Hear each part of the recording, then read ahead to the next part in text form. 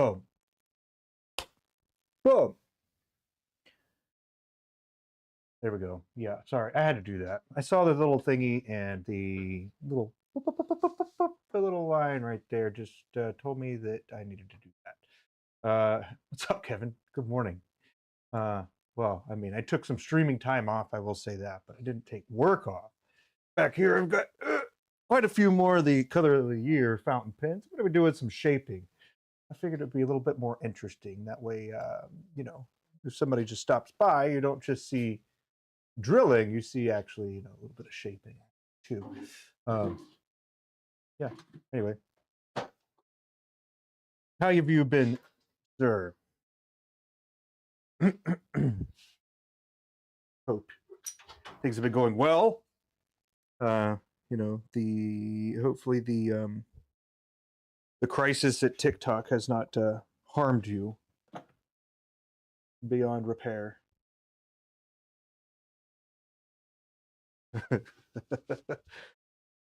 Oh man, make sure Abbie didn't put me down. Not yet, not yet.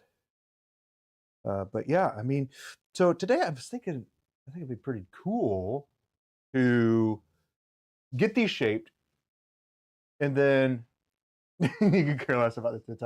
I hear you, man. I hear you. I didn't suffer anything either. It was pretty vanilla for me. Yeah. So yeah. I mean, there's a lot more things that could be said about that, I would say. Like, it's crazy. People knew this was coming, right? I don't know. So what does that say about the shops that are that fragile, I would guess, too? I mean, I guess at the end of the day, I got thoughts, right? I think it's a good lesson, we'll say, for some people who are totally dependent upon one source. I'd say that's a pretty valuable thing to know, that that's a vulnerability on your business. You know what I mean? So just a thought.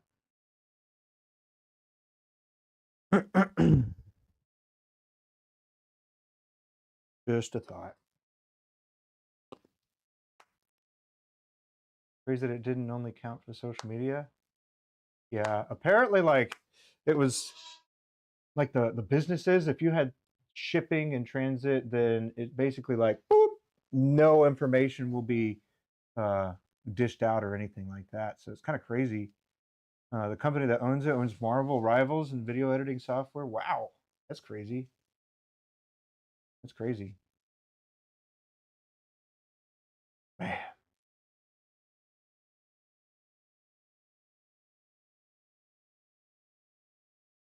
Kevin, are you any good at video editing? I've got my daughter in there giving it her best shot right now.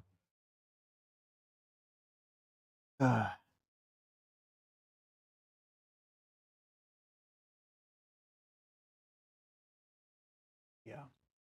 But anyway, what I was thinking is if I could bang out these sections and caps and barrels and whatnot, I think I could potentially do my first wooden pin today, which would be pretty exciting. But we'll have to see like what time it is once all that goes.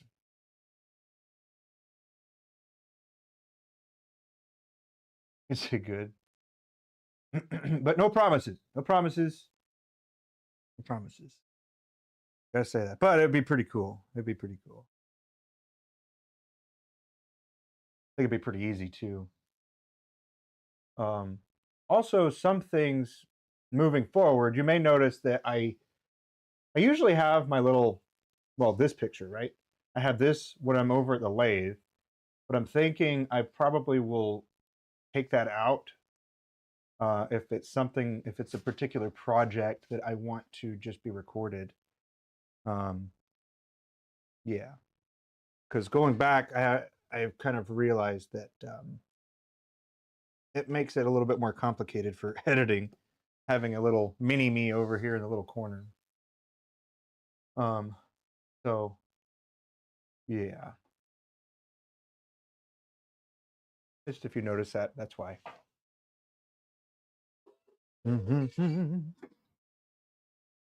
But yeah, these coffee ones or Mocha Mousse. The Mocha Mousse ones are looking pretty cool. So you might not have seen the blank, so I'll show you those, and then we'll hop over so you can see the other things too. Yeah, like this little guy right here. Whoop, this little guy. I'm gonna get rid of that. Yeah.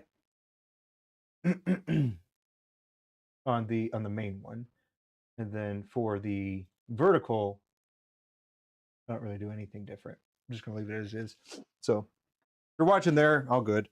But if not, it's all good too. Anyway, these are the Mocha Mousse that Abbie made.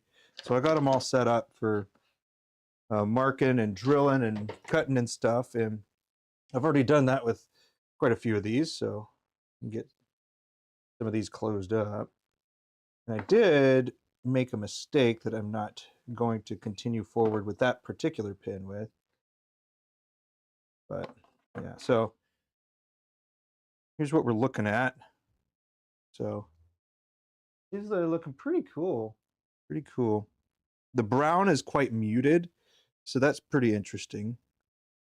And then one of the little tidbits is that I was making the section out of basically a little bit of a glittery thing. Instead of just the rest of the blank. So you can kind of see what that's going to look like. That'll be the sections. So without further ado, I reckon let's get to it.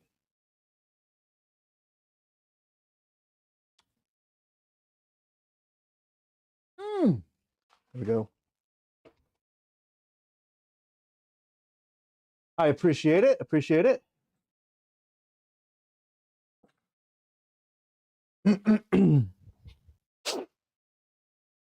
But yes, all these are, well, I'll show you also one of the ones I dorked up here.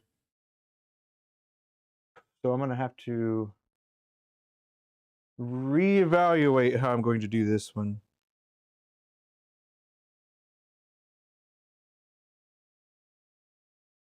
Which I got ideas, but we need to do this right now. But yes, this is a little bit of production mode action here. A little bit of production. And I've already got them, well, thought I did. Crap! Of course I don't. All right, I need to go ahead and get these marked.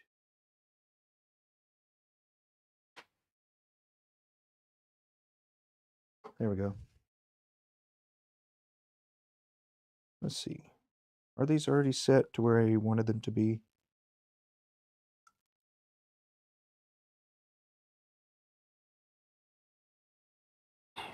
Okay. I think these actually are. Okay, well, maybe not. Maybe not all of them. But how have you been? I haven't streamed in a little while, and it felt like I hadn't in a while, so that was interesting. There's an interesting feeling about that. It's like, oh man, gotta get back into it. I mean, I didn't really fall out of it. Let's be real. It's just,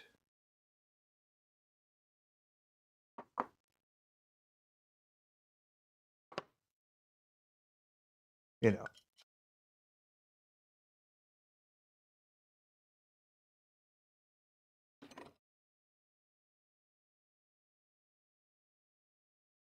Mm-mm-mm.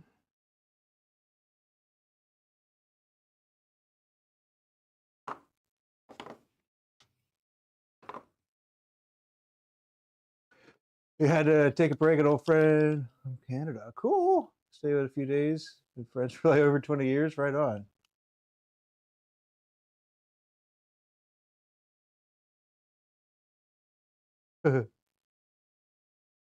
Oh man. Hit. Send me a message sometimes. Shoot, that might be the kick that I need to sometimes get on, you know?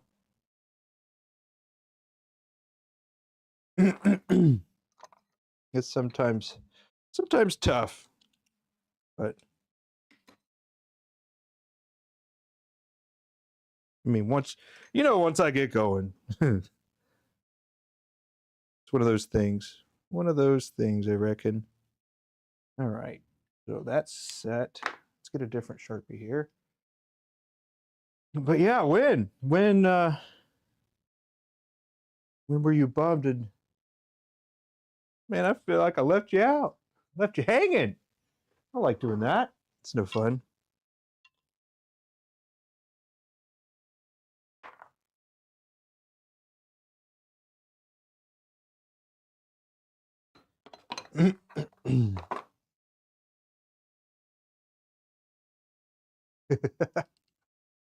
uh, I mean, it's like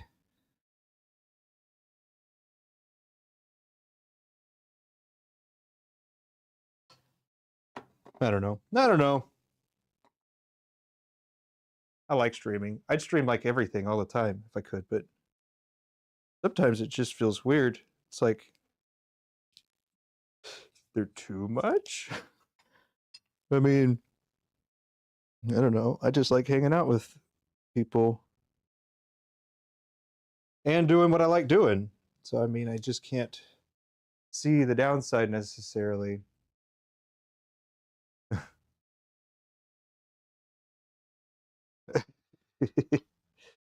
Dang. Well, I was thinking about it. I was thinking about it. Think about well, I think about the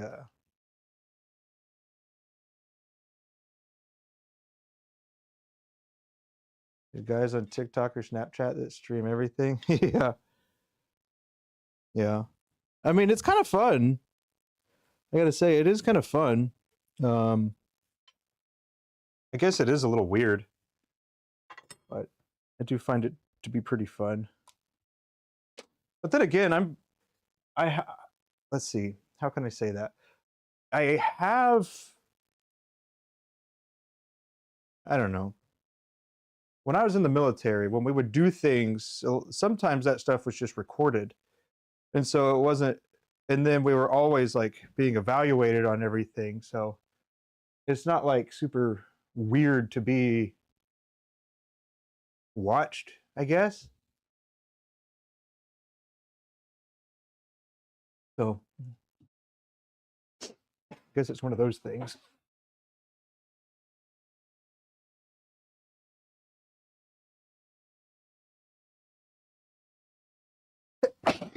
Excuse me. Yeah, Saturday morning cartoons. I have heard of that. Heard of that. I haven't quite jumped into it.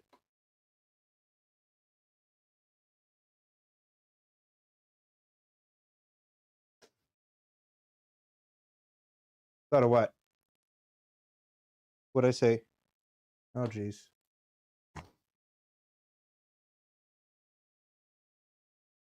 Maybe I just talk about things too much.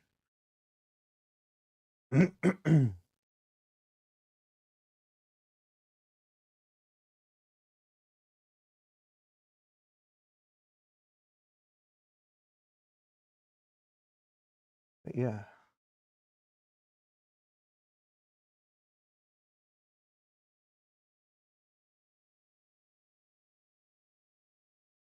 Oh, about me being watched. Hmm. I guess it is a bit different, right? Because a lot of the things isn't public, or you could find open source or anything like that. It was more of how can one improve? So, whether it's you or somebody else around you. how can you improve? And so you record those things and then you evaluate. Like it's no different than like football or um let's see, when you just watch yourself do something, you're like, no, there's no way I'm doing that. And you're like, well, here's a video. You are doing that. And so, it's a way to point out something in order to actually help someone get better, if that was what you were going for. Hold back your thoughts on the other stream. Man, my way and style is probably like molasses compared to other people. A lot of people talk quite quite fast, and I'm pretty slow. Pretty slow. Take my time. Like I'm not in a hurry. But yeah, and I hope that if I do happen to gain traction and get crazy, that won't change anything. I don't think it will.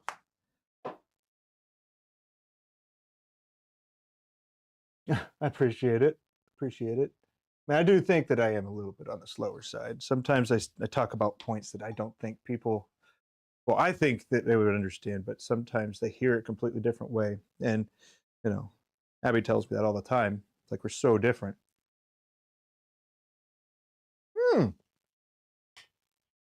As a matter of fact, that happened last night. So last night we went to, let me get started. Good grief. Come on, John. Go do something. Try not to over commercialize. Yeah. All right. So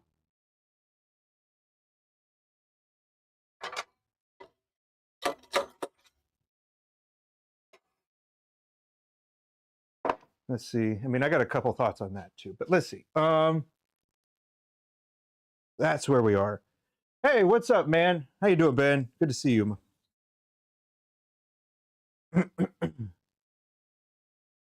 Did you make it through the TikTok apocalypse? I know you don't really spend any time on it. I need to go get a cover for my finger right quick. I hit it pretty good the other day. I got a blood blister, so I'm gonna get that. Yeah, man. Of course.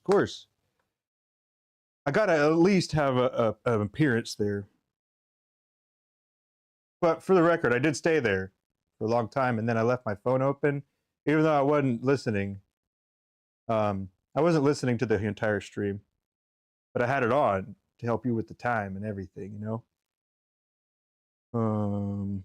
Let's see. Sorry.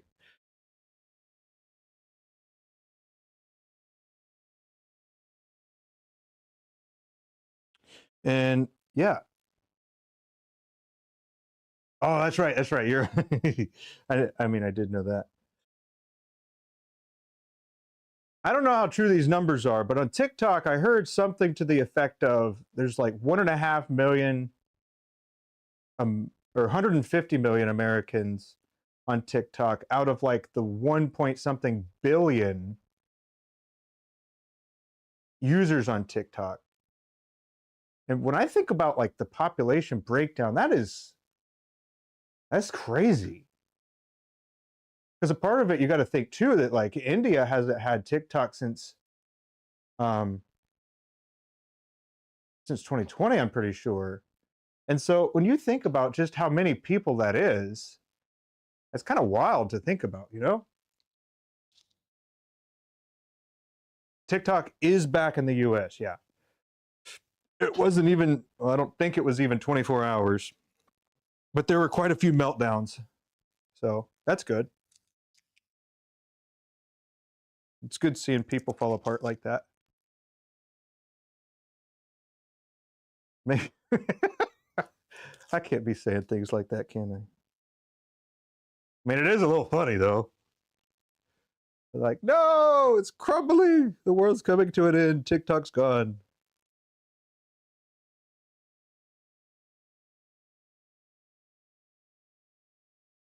But yeah. But I think, like I said, like I was mentioning to Kevin, actually, I think that's a reflection on how flimsy some people's business plans are. Because TikTok, I mean, you know, I've done a lot of social media studying, and I think I got a decent grasp of what is, what each platform is for, I would say. And I think TikTok is one of those fast fashion kind of things where it's like flavor of the month stuff. And then it just happens so fast, right? So that's more or less the vibes that I get from TikTok. But, you know, some people have their entire business on it. And if they didn't have that, I mean, the other thing about businesses is they tell you all the time to get an email list, because email is like the only social media that they can't really control the same way.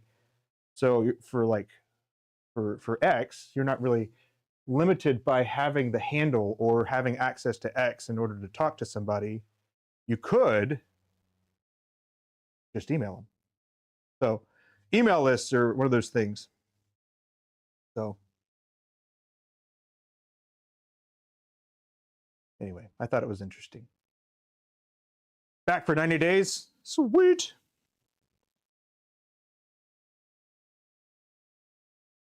All right, now this is good to go. But yeah, I hit my finger, and then that, fortunately, I did it towards the end of the day, so that was kind of the end, the last thing I did. So, there. Oh, I don't need to change camera anyways. What am I doing here, man? Get it together, John. Go to work. Do stuff.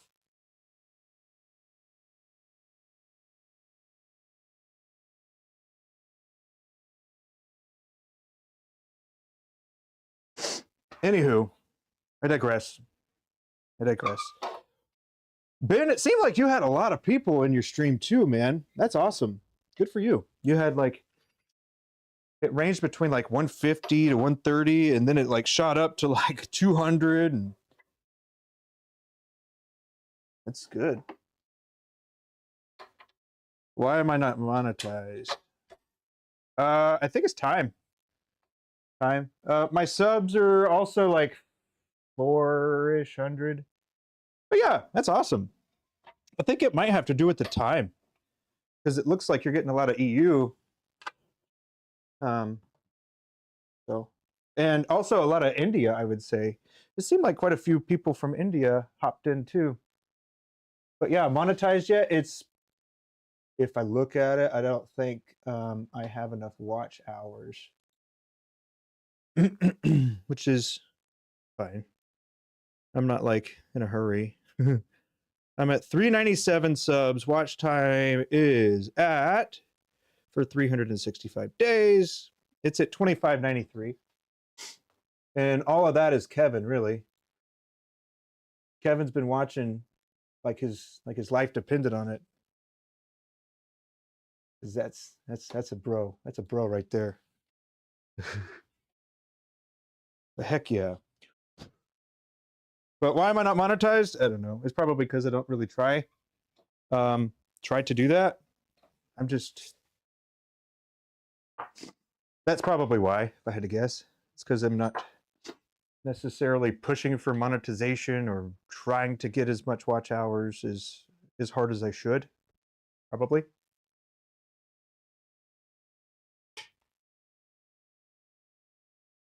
But yeah.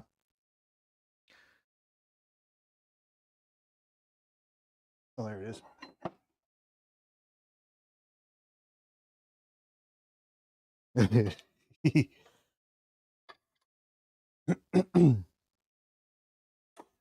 Yeah. Yeah, Kevin. Kevin.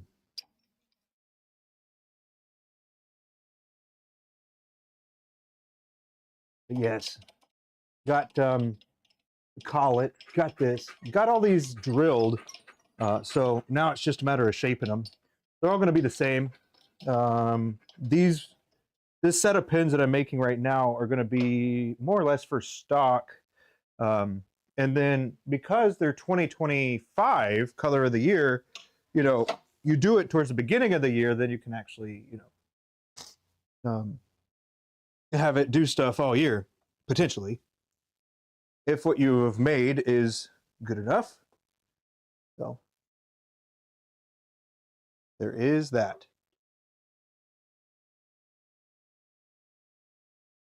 Yesterday's stream was 484. Yeah. But yeah, man, I'm really, there's a reason I'm not a salesperson, and there's a reason that Abbie does that part and I don't, because I'm so bad at marketing it. And that's not really, I guess, what I want to do. It's weird. It's weird. But yeah, I like the idea. The other thing that I was thinking about actually is when I was an instructor in the military, the students that I trained were some of the, well, for lack of better words, they were incredible people, right? And they did that job like their life depended on it, because it did, right? And not only theirs, but other people's as well. And so in order, you want to spend as much time as you need to getting proficient at the different tasks that you're learning, because you might need that in a situation where you're the only one that can solve that problem, kind of thing. So I had students that really were eager to learn. So it's pretty interesting from that perspective how involved the students were, as well as the instructors were with the students, because we were setting up our team to have those people that we're training go out and operate with them. So it's different. So the reason I even say any of that is because I'm thinking of what kind of students or people would I get if I were to have something like this, and then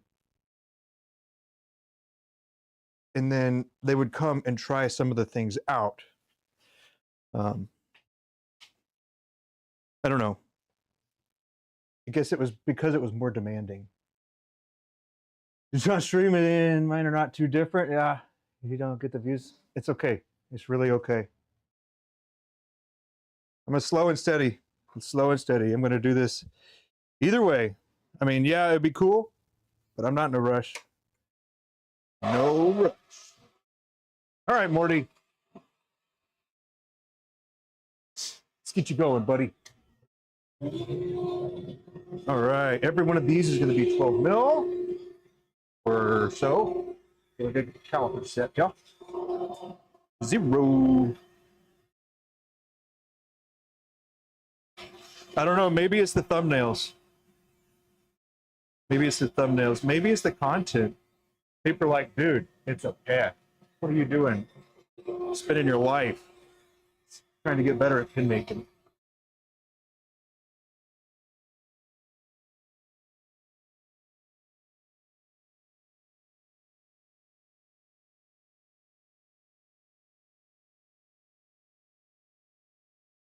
Right on, man. Have a good one. Appreciate you hanging out. Stopping by and saying hi.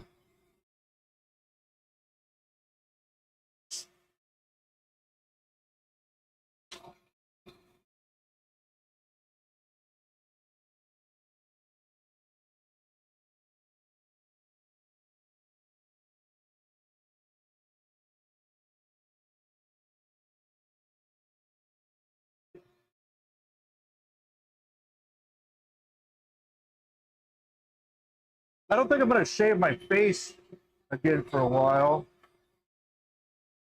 Uh, yeah, I don't think I really liked that much.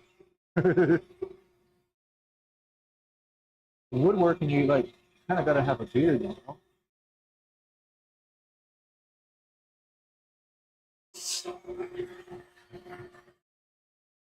You got a single stage dust collector, nice. Noise dampening. Just get that. Just get some noise canceling headphones. Just is what it is. There's a lot of good noise canceling headphones out.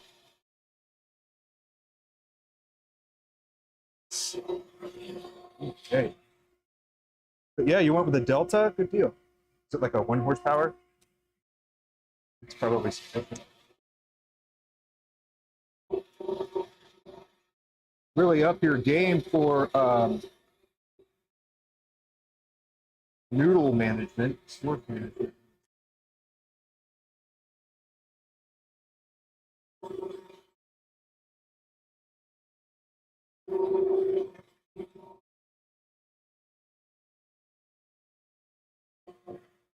Yeah, one of these pins, unfortunately, I kind of messed up because I was trying a couple different things, right? So even though I but even though I have a process, I still like to try out different things to see if things can be better, faster, more efficient, or along those lines, right? And one of the times it didn't work. So, whoops.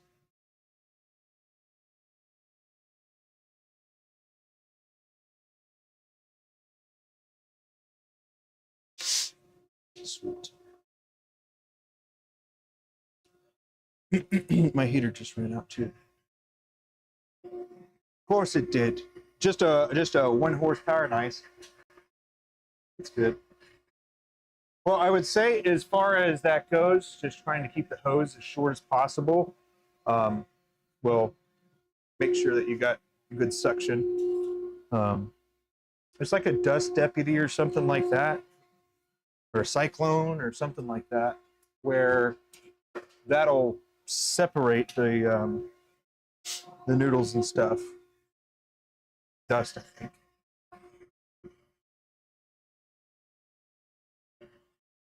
Can't recover it somehow. I probably can. It's just it changes the whole sequence of my production, right? So when you think about it, when you're working on some things concurrently, you have a lot of phases. Now, if I were to do that, it would basically, it's a time allocation thing. I guess that's the best way to say it. It's a time allocation, and you have to determine whether it's what the speed or not. But I will say, when you do take the time to accomplish these things, sometimes they pay off even better than thought the first time or in the first place.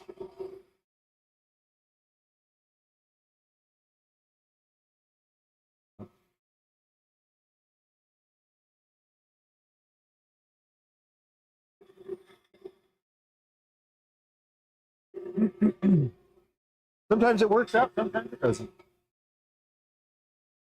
But I will say, majority of the time, you won't get that time back. However, you will gain that experience, in which case you can use it later on and then expedite that process potentially because you took the time to figure it out in the first place.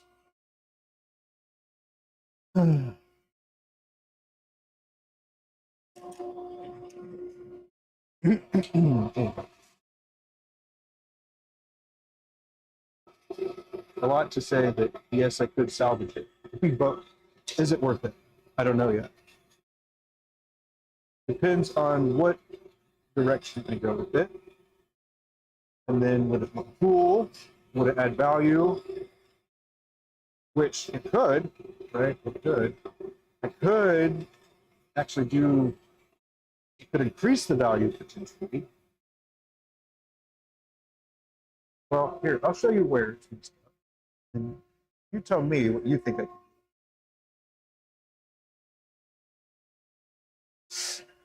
Okay. Let's see how best to illustrate this. Well, I guess I will. But what's wrong here is this. So it's a little out of round. So I got my calipers that keep jumping up to 10. Okay. So here's the one side. So that wall thickness is 164. Then I hop to the other side. And that one's 220. So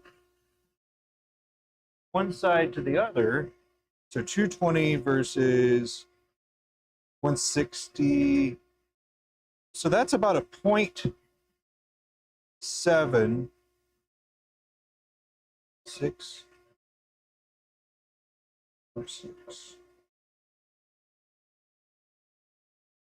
About a 0.6 difference. And when you're talking about something, that's like 33% of that size. So what my problem is that one side of this is bigger than the other.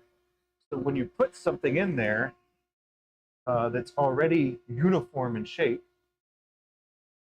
here, I'll just take this section actually. Okay, this is another way.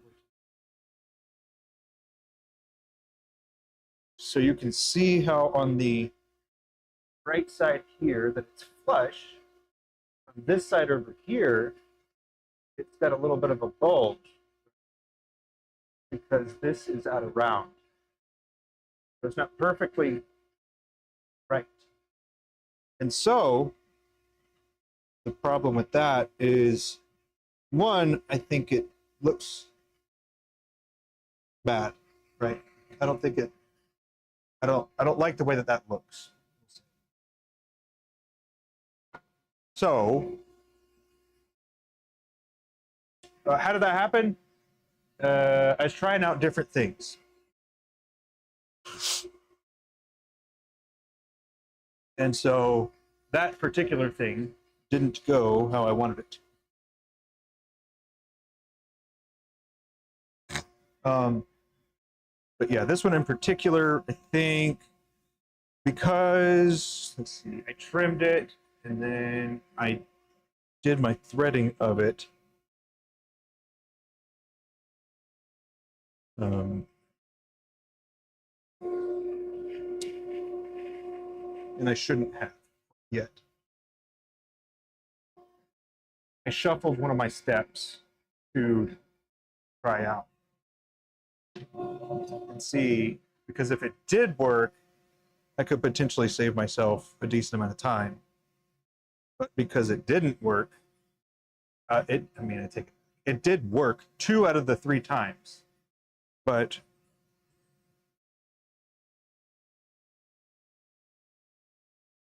you just got to keep refining what it is that I'm doing. So it worked 2 out of 3 times, which I would say is a dub, right? But can't be having a 33% fail rate. That's not good for a variety of reasons.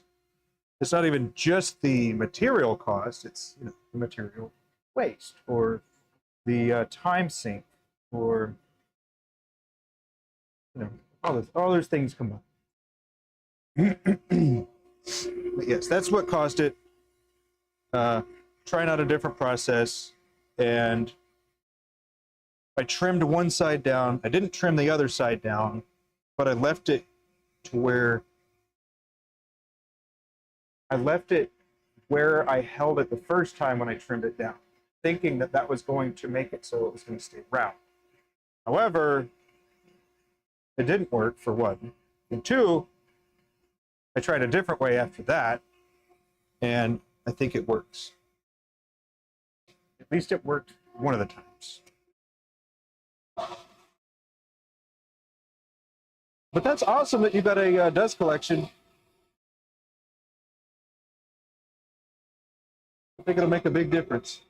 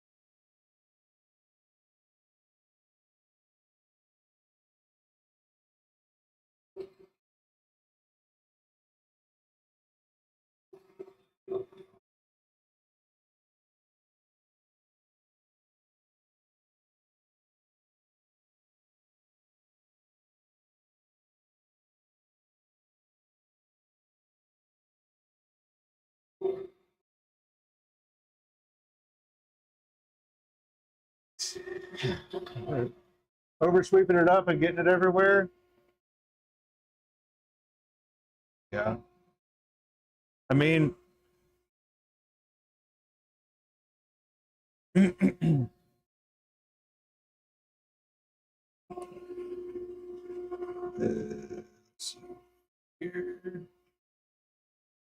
yeah, I know what you mean. It does get everywhere. Also, the fine dust particles too try to go in your nose. Like if you can smell it, then there's a good chance that you're breathing it too, you know. If you don't have anything in place.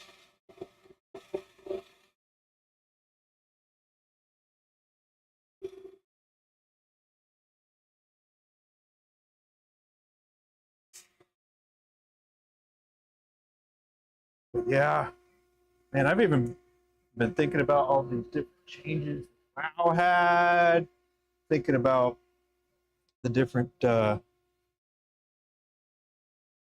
things that I sent over to get worked on. So pretty neat that there's so many things going on concurrently. See, this is borderline here. This is borderline, but it's still good. But it's close. Right? So if things are a little out of round, I don't particularly like that. But if it is a tiny bit, it really isn't that big of a deal.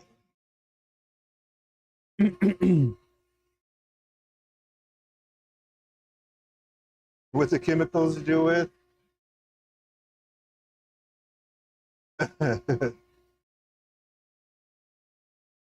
You know,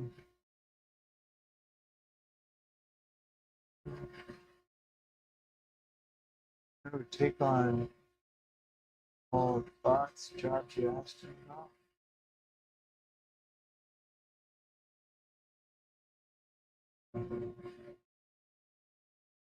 No, I don't, Kevin. I do not. How you doing? We are working on fountain pen sections right now. These are Joe number 6, Mocha Mousse, color of the year. These are glittered. The pen itself is the Mocha Mousse blank.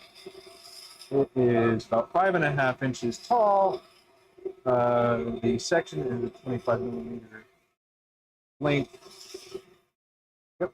And then the cap is about 61. Body's about 70. Yeah.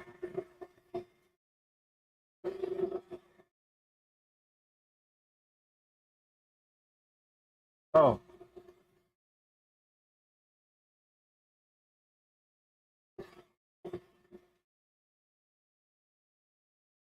Did you know who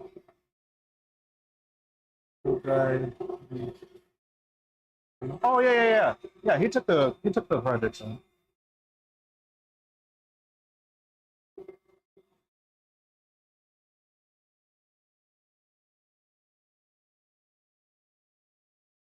How are you doing? What are you up to?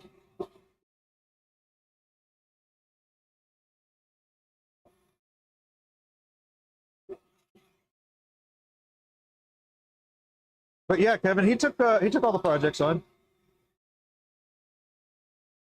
I drew all the things and how to make them.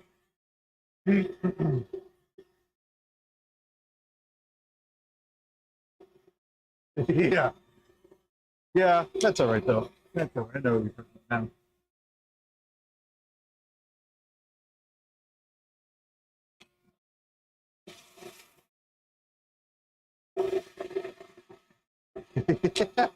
That's all right, man. It's all right.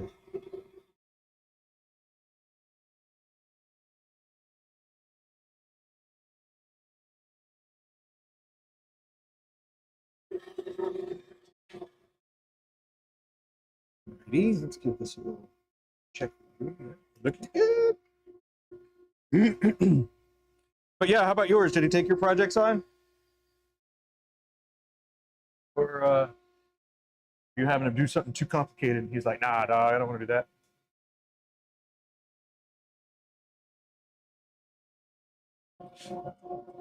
No, he was really easy to work with.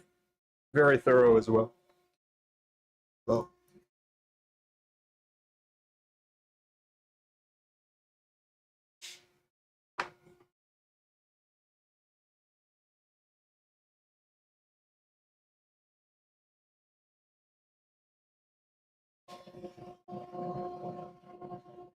yours are way simple. Mine are pretty simple. There's only, I think there's one complicated. It's got a 3-step, but pretty simple, I would say.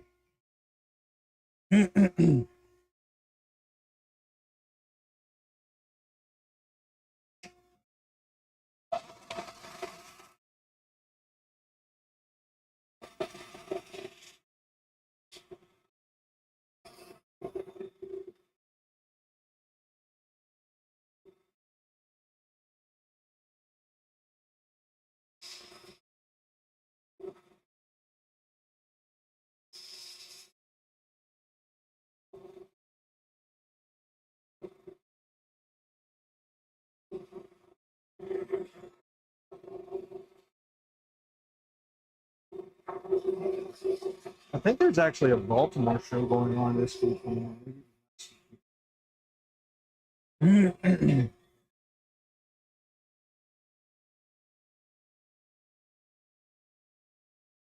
Oh, see, it sounds like yours are complicated. Mine are simple.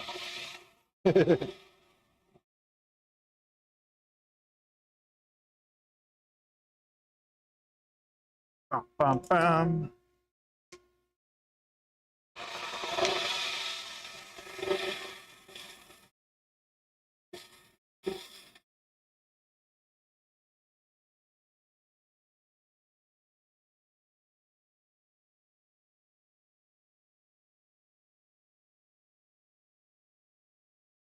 I haven't quite decided what I'm going to do with it.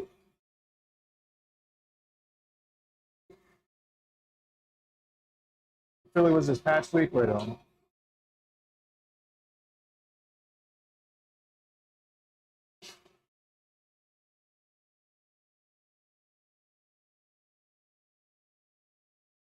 Bum, bum, bum.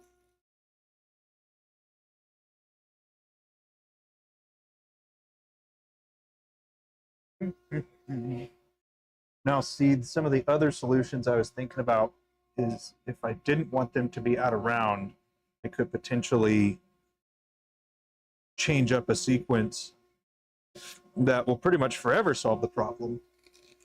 Although in some cases, it would end up adding more time.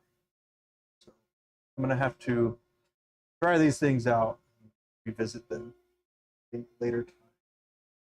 I guess we'll go ahead and bang out this section, then move.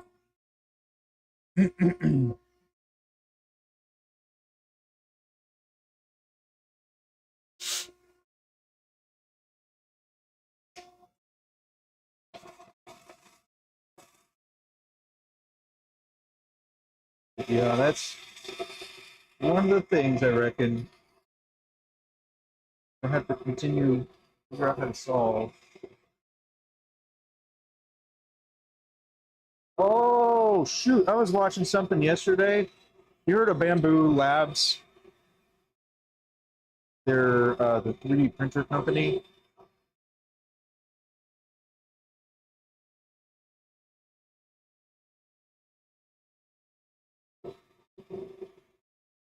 Well,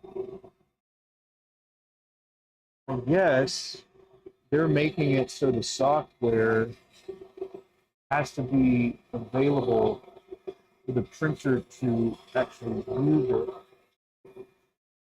How crazy. So you can buy the printer, right? And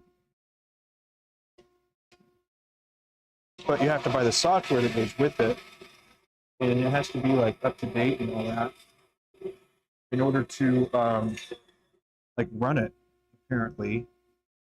Now I haven't looked too deep into this quite yet, but I came across something because we talked about 3D printers for quite a while, in the beginning at least.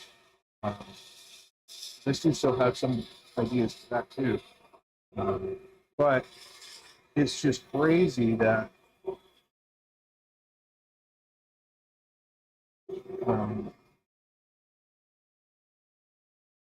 that they're making it so you have to have software and it has to be connected to the internet. So I think it has to do with fabricating things that are, well, I guess not appropriate for printing or not trackable. They're not trackable for when you're printing. And I don't think they like that. They, the proverbial they, the controls, the powers that be, don't think they like that. And then it also reminded me of a different story that I heard of. I watched a documentary on it, and it had to do with like John Deere tractors. Have you heard about that one?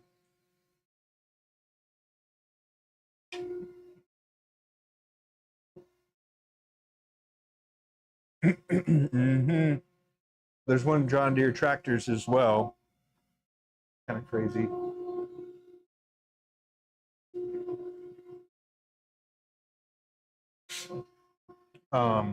But the John Deere one is actually these people spend $1 million plus on the machines, and then say a sensor goes off and they need to change whatever it is. However, they can't really identify what it is, so they have to get a John Deere tech to come out with like their proprietary software machine reader in order to diagnose the problem. Right, so it kind of sounds a little bit like cars too, right? Which is crazy. So it's almost like you'll have to have a subscription to whatever it is in order to make your shit work. That's why I think about electric cars and how crazy that is. Yeah, Tesla too. The crazy thing that I've heard about cars too, I don't know which specific cars, but well, even my motorcycle actually, you can basically reprogram it to be more powerful, right? So I think for Tesla, you can get a software update and it'll make it so it will have more power available when you hit the gas for acceleration. Same thing with my bike, actually. Apparently, there is a like a software that you can just program your motorcycle computer chip, or you can flash the chip, something like that. And you can basically make my 750 on par with the 850 horsepower wise. So you're like unlocking horsepower just by paying a certain price. Isn't that crazy? That's crazy to me.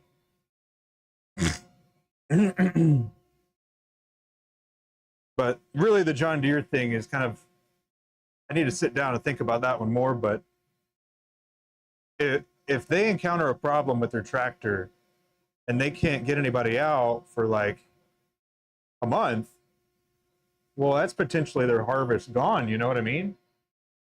It's just kind of interesting to think about.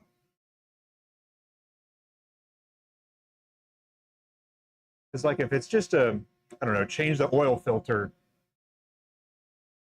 but the machine like won't even start or something like that, unless you change it. It's just crazy.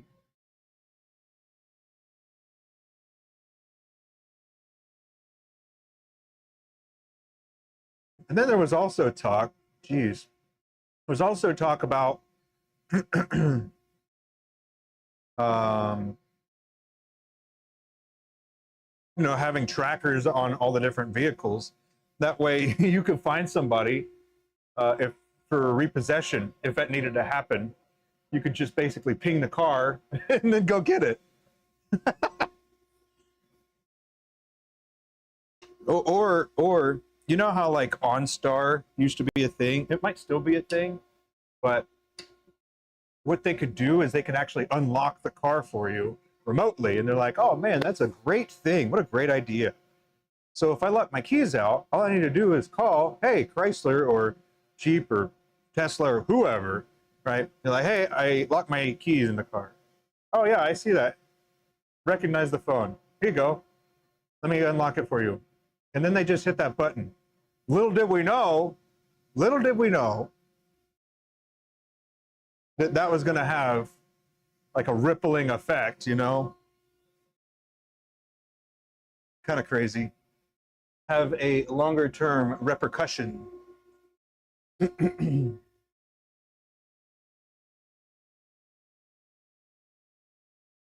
Something was wrong with your RAM to pay $330 3-day subscription. Oh my gosh, that's crazy. But I mean, it's one thing to get mad at like the dealerships, right? But it's not necessarily the dealership's fault that's doing it. They're just basically following the rules of the people that they got that from. And one of the other crazy things is if you wanted to, this is, I guess, one of my other tangents here, but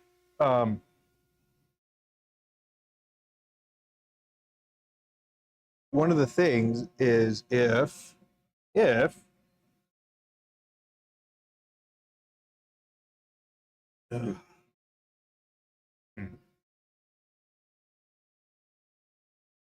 if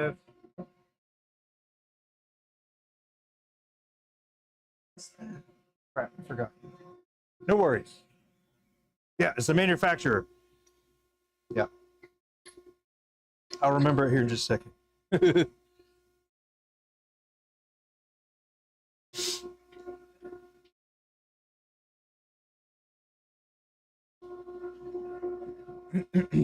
All right, gonna get the cap set up here.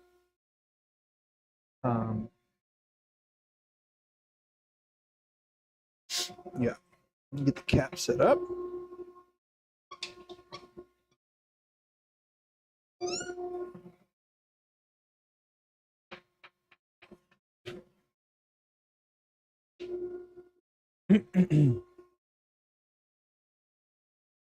I don't know. It's just strange. It's like some of the stuff, man. It's just wild.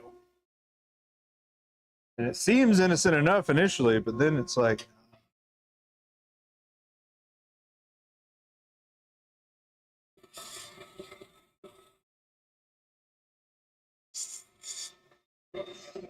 oh, man.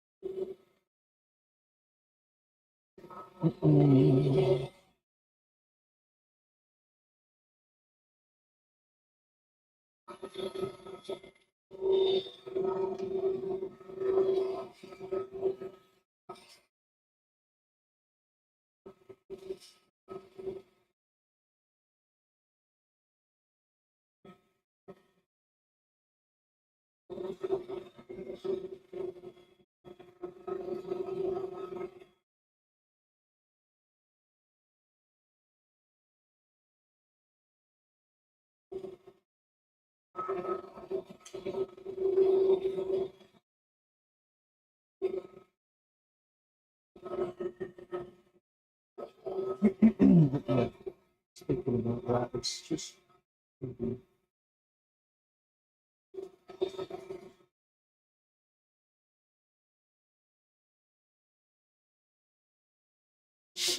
Okay.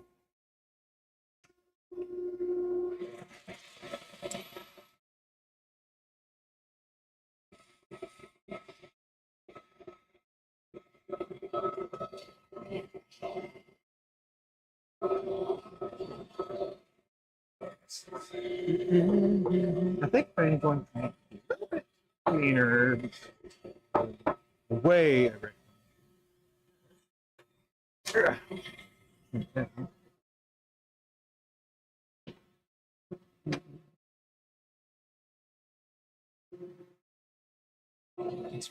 That's fine.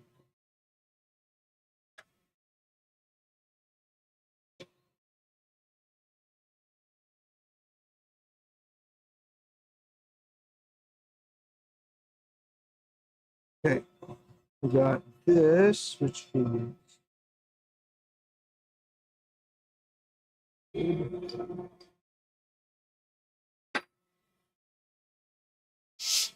wait.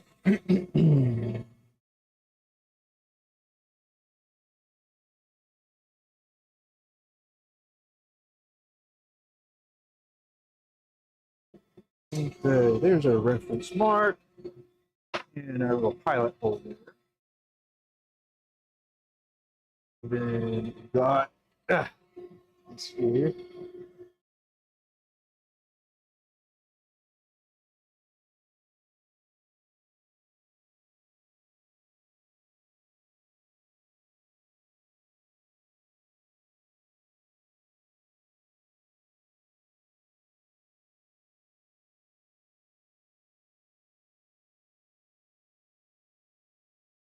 And since I am actually in this position right now, yeah, we go ahead and hit it with the square tool here.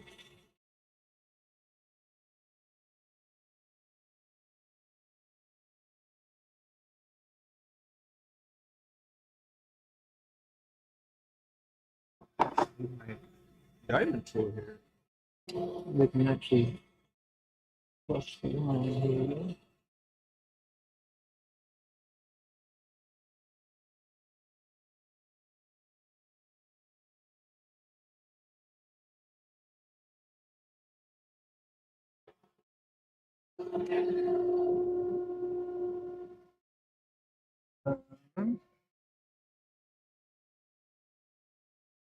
There you are.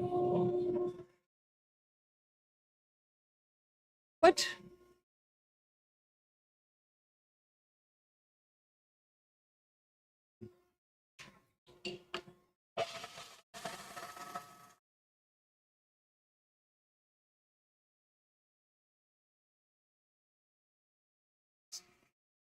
Let's see.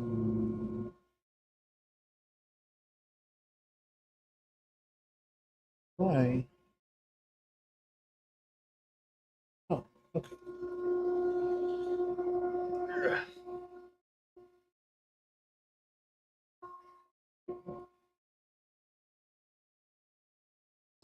See, I want one of those. Make that.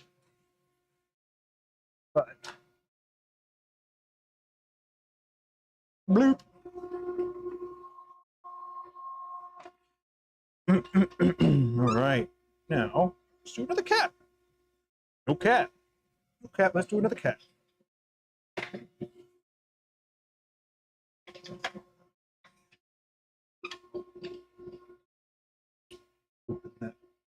Oh.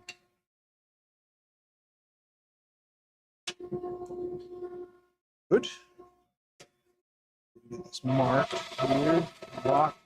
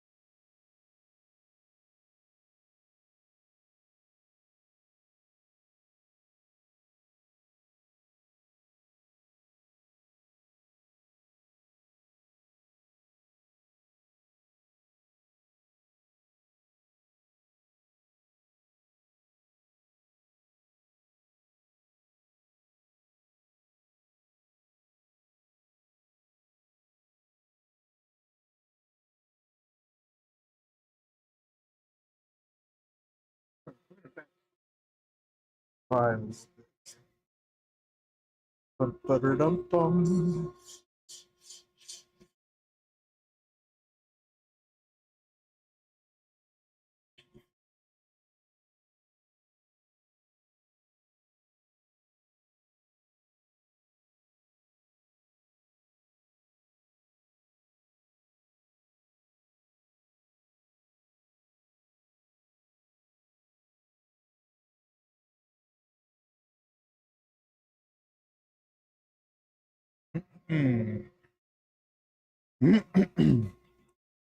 Crank it back up.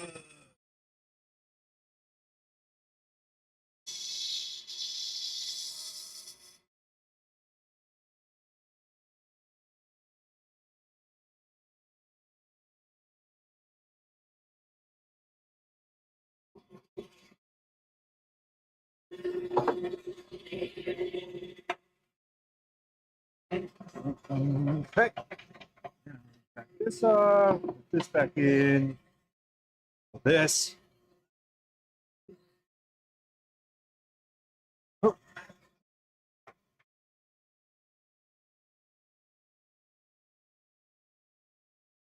there we go.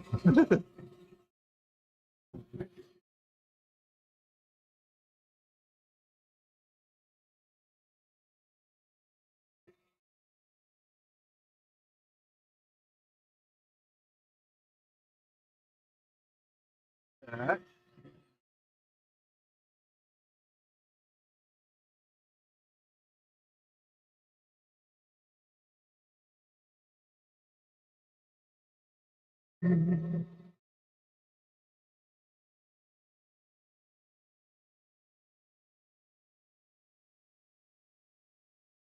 Tighten it up.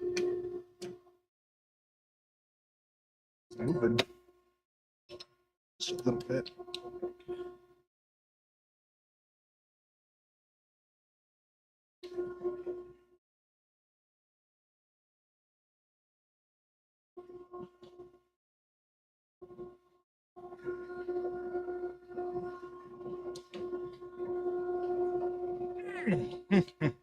There. Okay. So I'm trying out. Okay.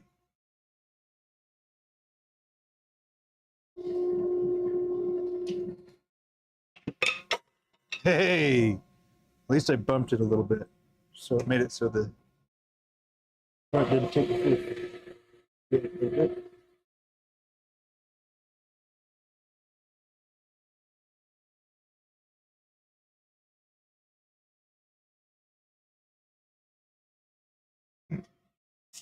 Yeah, and I just replaced the darn tip too. It is what it is, you know. Okay, got room. A little bit more depth here.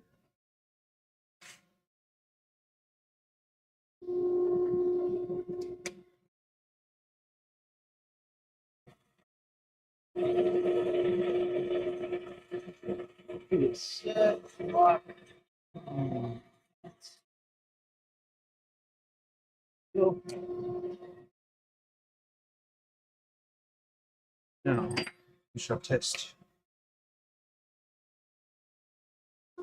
Good.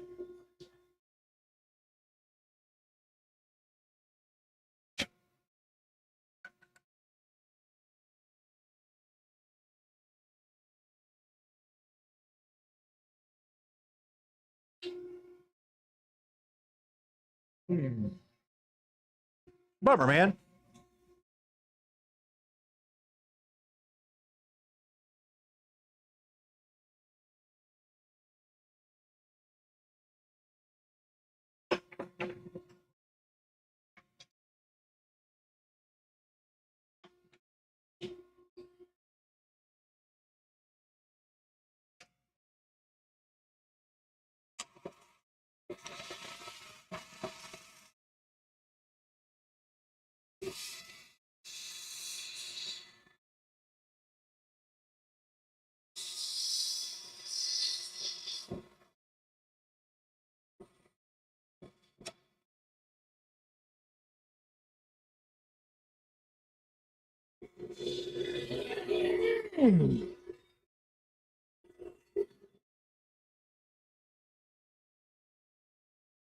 Nice. You did great.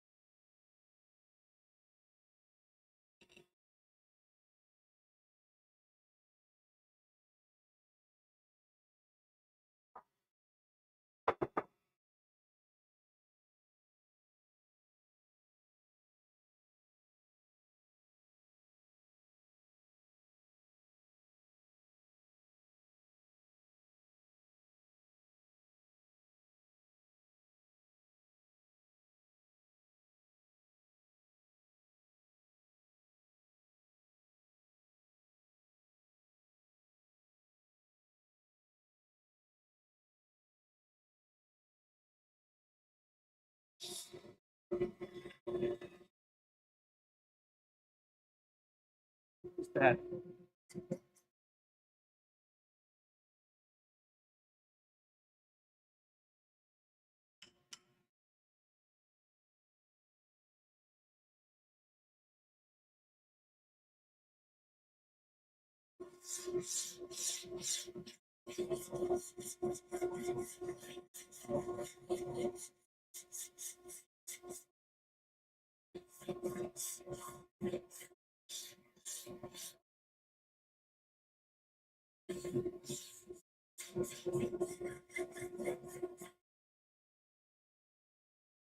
No. Yeah.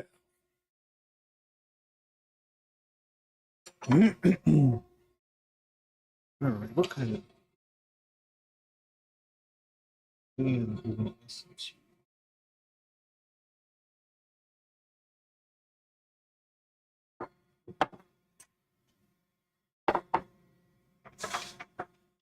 Righty.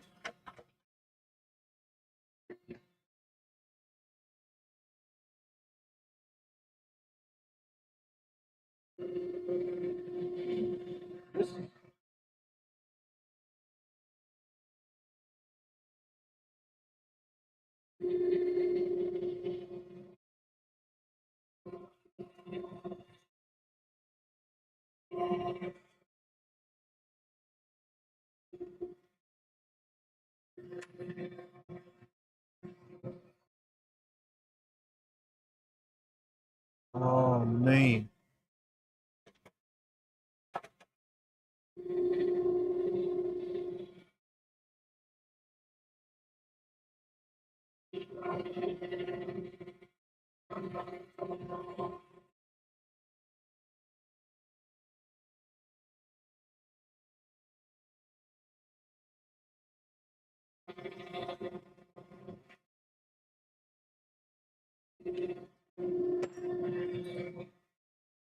I need to find a much better way to do this.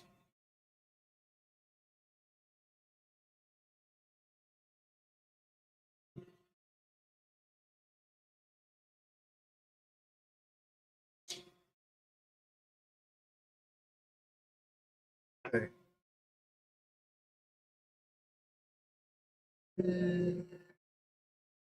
See, I don't yet need to address this.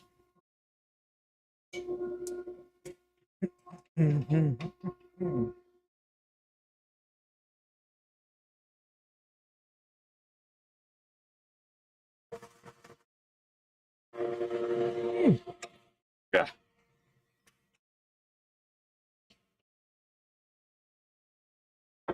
Boo. That's why we got smaller tools here.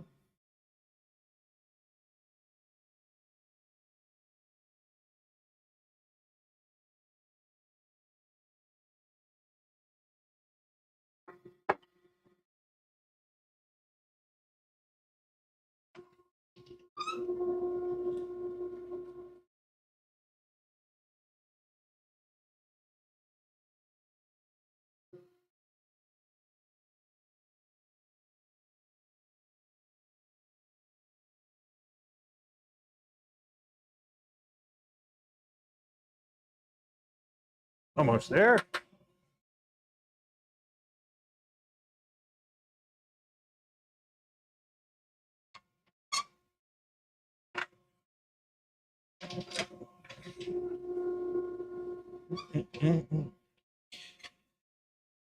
Alrighty.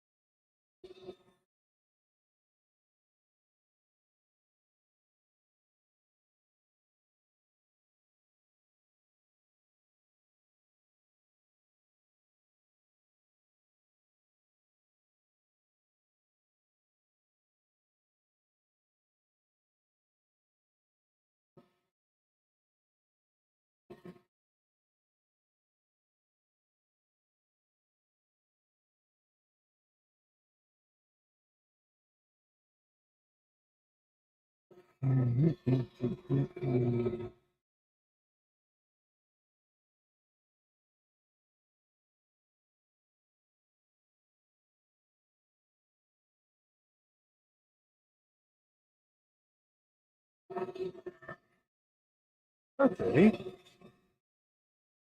Good, good. Maybe it should have gone just a little bit more.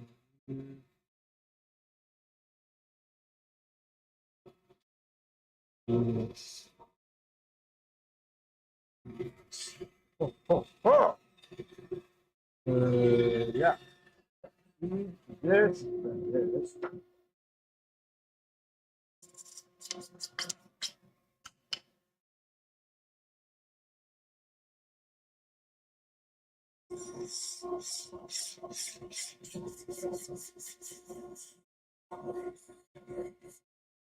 Now this.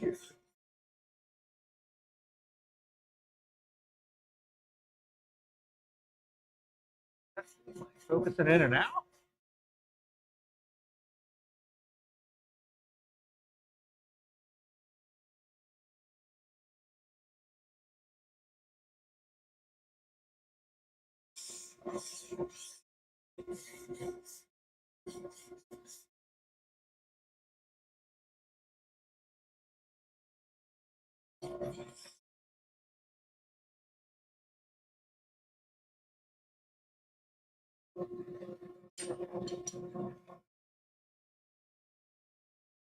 It's so cool.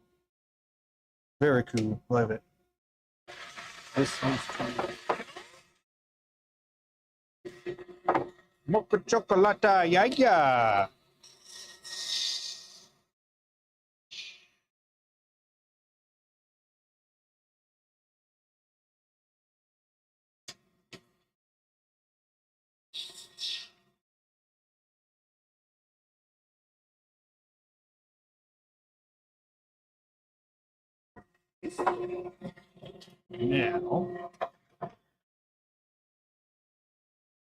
Now,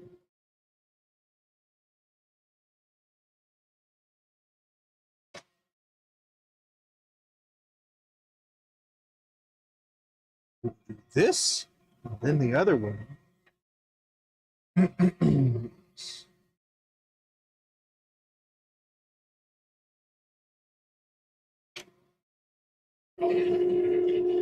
I don't think I did yet, but I think I got close to going all the way through. The Forstner bit having such a long, but I can relate having long. Take it a while to get to the point, I guess.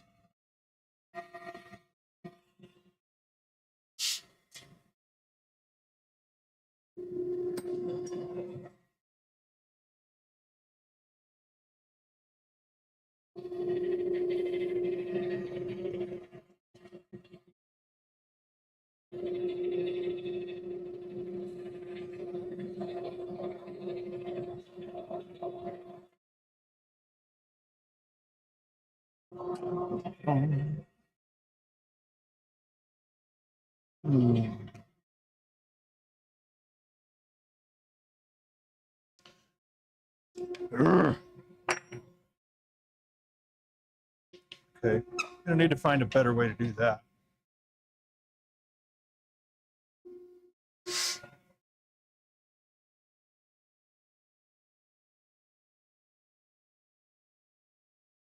I think I can actually make that.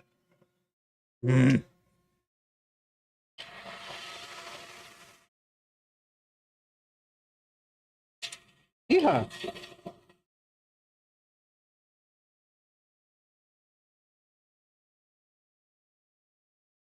I hate when that happens. Sometimes there's a little bit of a catch. I don't like that. I don't like little catches like that. But it fit. Oh, yeah.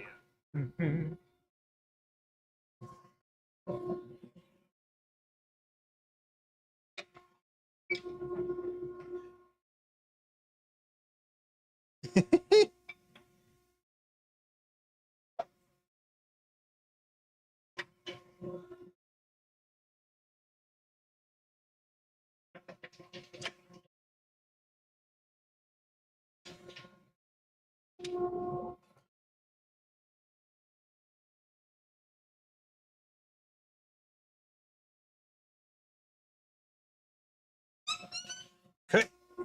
There's that.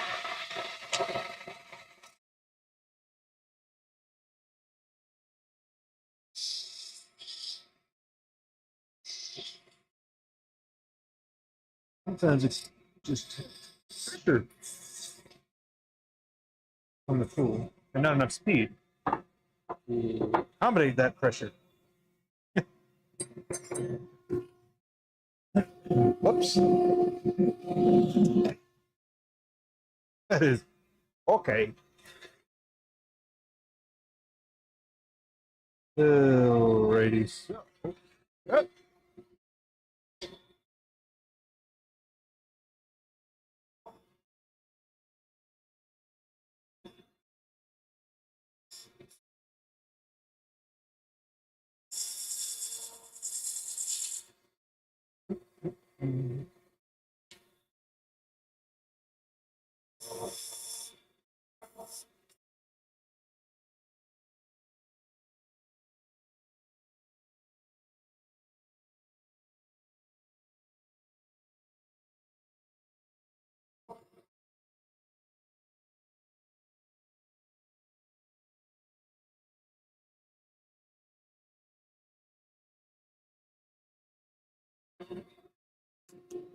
I want to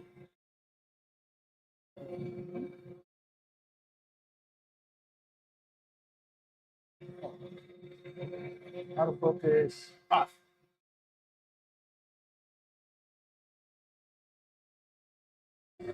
Okay, let's see. A bit further down.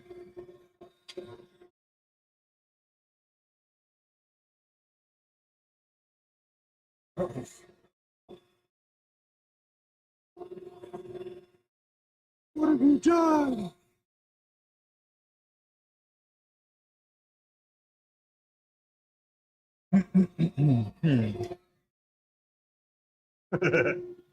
All right, let's see.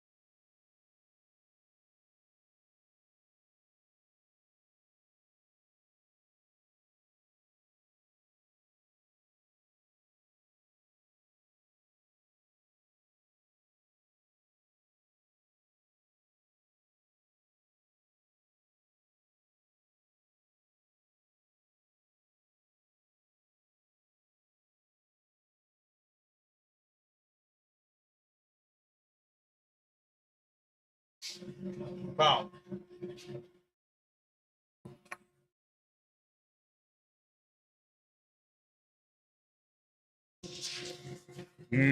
That was the big thing missing, I reckon. Missing the puff bow. There we go. Glad we got that sorted.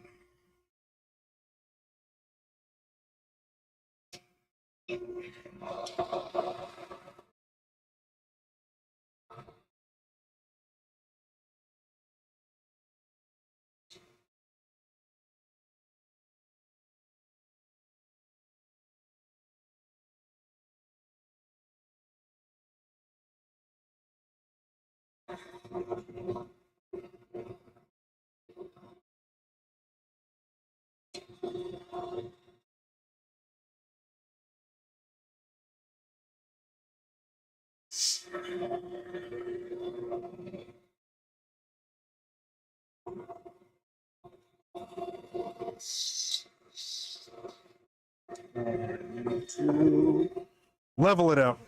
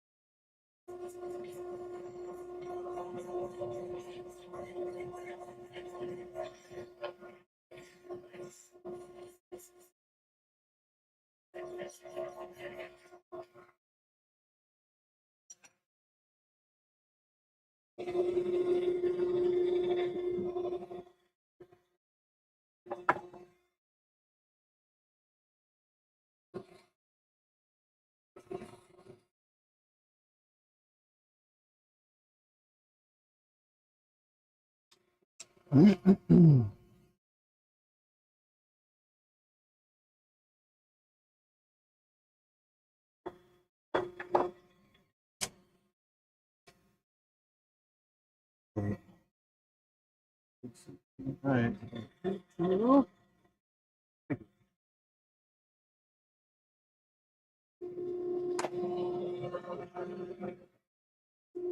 What about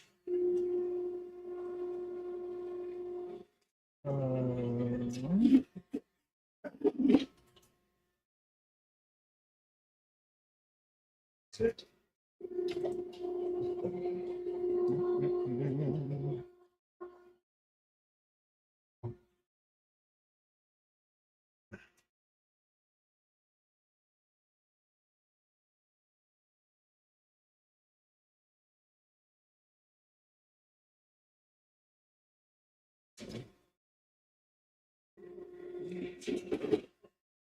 No, where are you?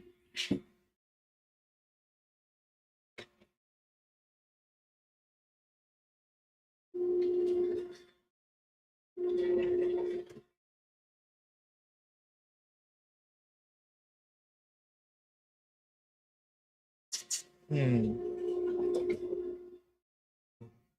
Oh, there it is.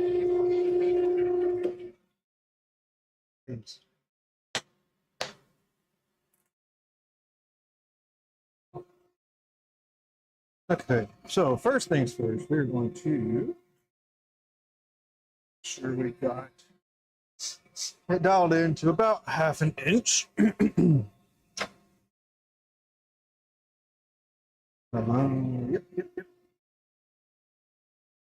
So I'm okay doing one of these, no problem.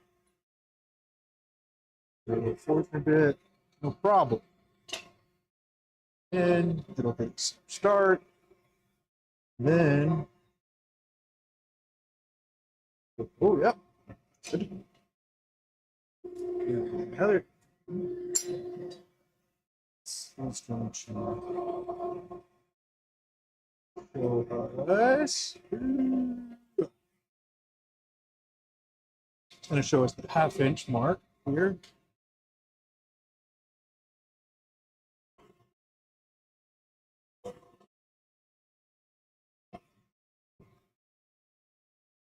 So now we can try this. See where we're sitting. I'm going to take it just There. What's the oh, yes. Have to move it. So that ain't gonna work. I need to just a bit. Welcome back. Welcome back.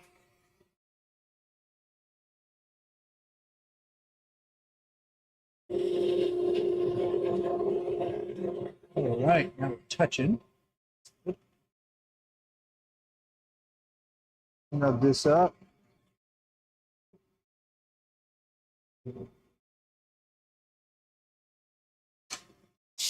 Let's see what we're looking like here.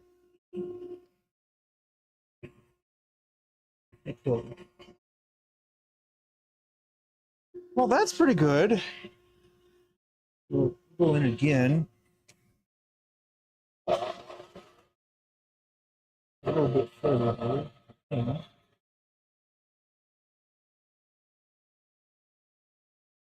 Using the old ring ring cutter thingy. A boring tool.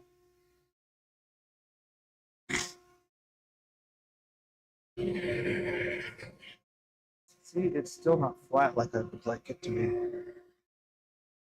Boring tool, yes, a boring tool.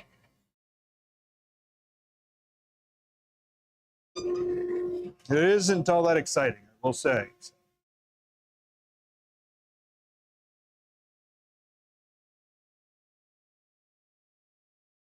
feel like there could be a joke in there somehow.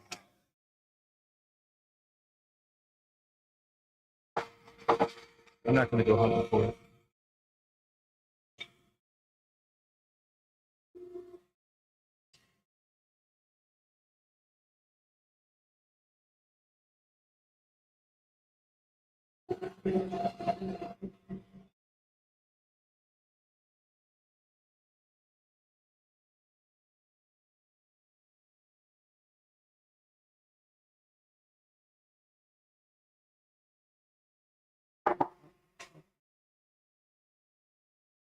I want to say one of those CNC bricks that they use. Yeah, that's what I got. I got one of these.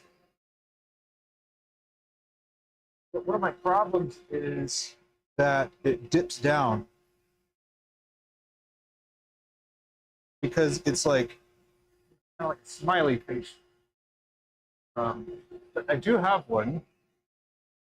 And then I tried to grind a different one. And this is actually better, believe it or not. But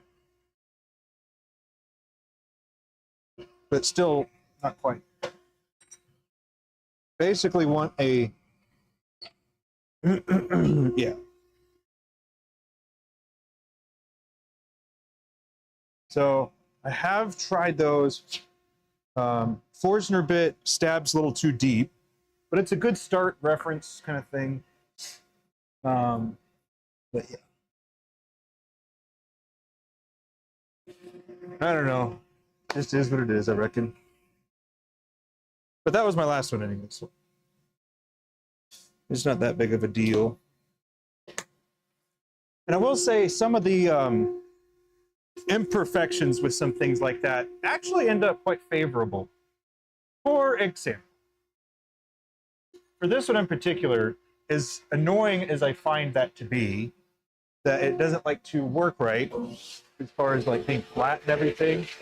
It does, however, create a nice little channel for some adhesive to go into and down, so it can actually grab a hold of the whole piece that is gluing in place, as well as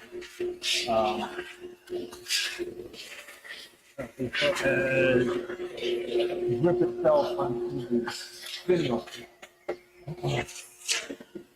Those things combined, the next blessing, it is a little annoying. Yeah, I suppose there would be a nice little tool for that. But if I were a betting man, I'd say that you could probably just get a Forstner bit tone down, taper down the, bloop, maybe a bottom clearing rotor bit, maybe. I don't know. Yeah, router. You got me saying the wrong thing too. But yeah, I know what you mean.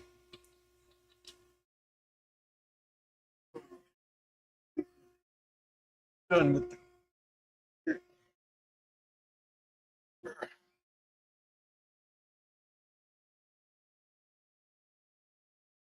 Yeah, as long as it wasn't like concave or convex, as long as it was flat, you know, very similar to how a Forstner bit is.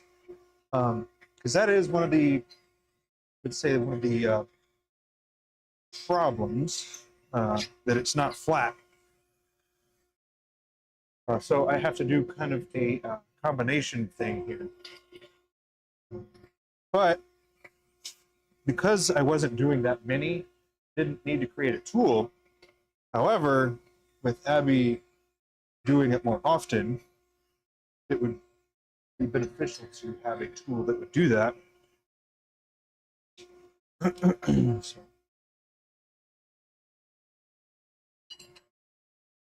I don't think that the boring bar was the answer because it's still slightly tilted. But yeah. I do need like a flush cutter. It's not that big.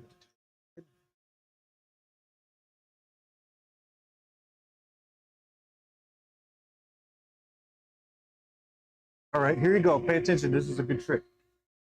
So this is the cap and barrel, right? So if I want to make sure that it is good, I can check the base of the thread part with this part here that I've already cleared. So that's about the step if I just make it flush with this here. So I'm gonna have to take it down just a little bit further, but we're not far. So quick little tip there.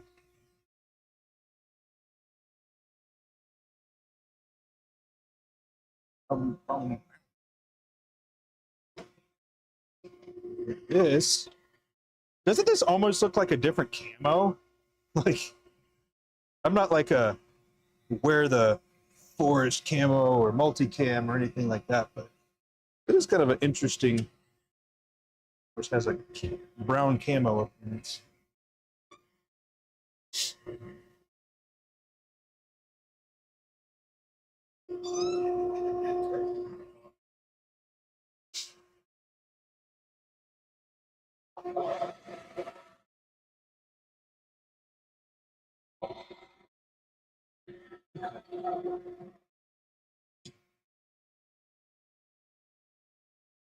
I'd like to go ahead and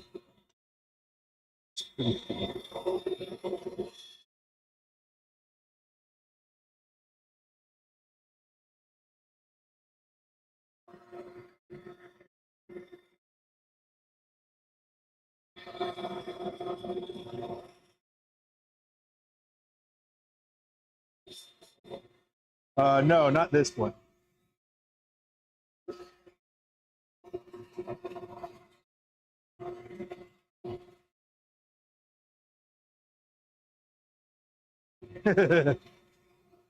It could have been if I made it thinner. But yeah, a lot of things for the sleeve, I guess. It was like that.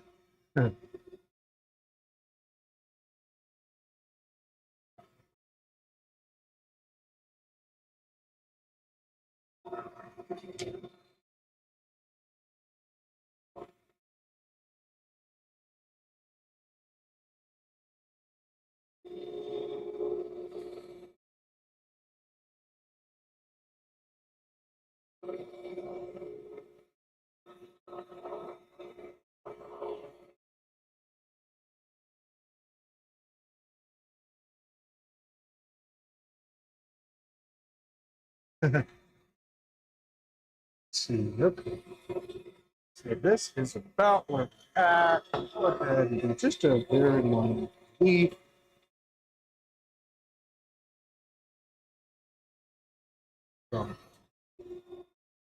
So let's see. Kevin, what kind of videos would you want to see? Do you care to see any? I mean, I prefer doing lives, but partially because I don't want to edit.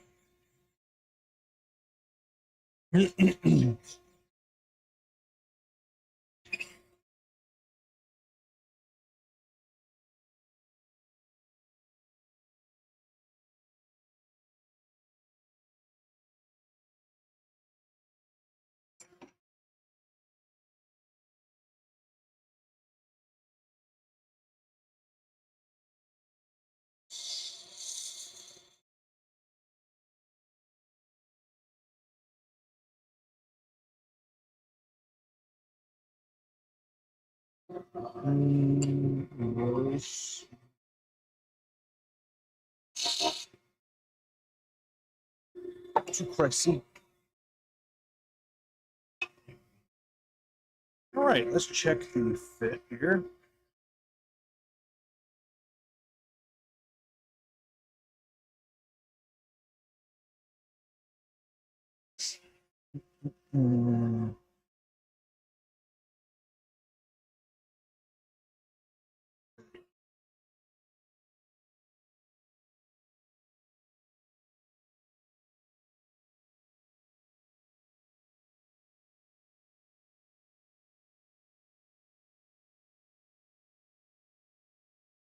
Alrighty. Well, there's one.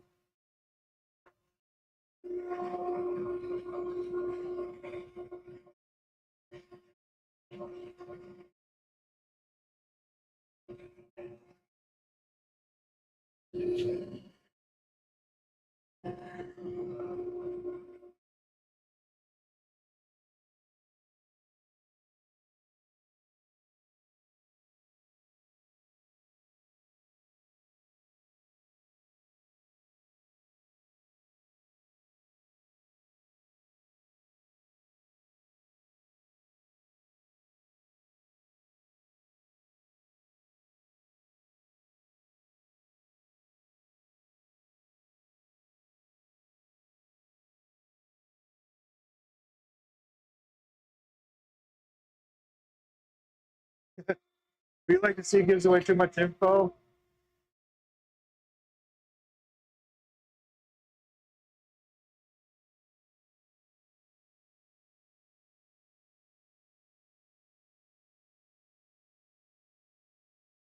Like give it away too much.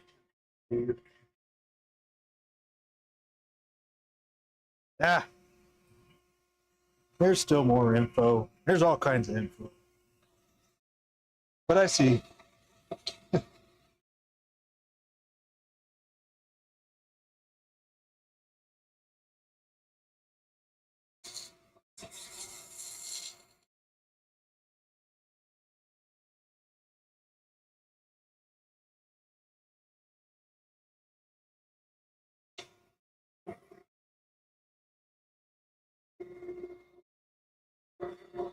I think I think one of the big things is that I've kind of liked the idea of showing, right? I like showing things, stuff like that. But if you don't really know what you're looking for or what you're looking at, then there's a good chance you won't know really what to do with some of the things that I'm doing. If there are like specific, I guess, things that I'm looking for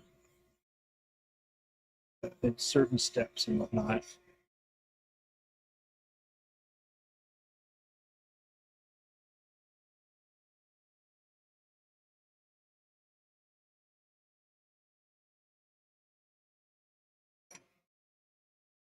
But I don't know if you've seen, I haven't actually made very many pins and clips.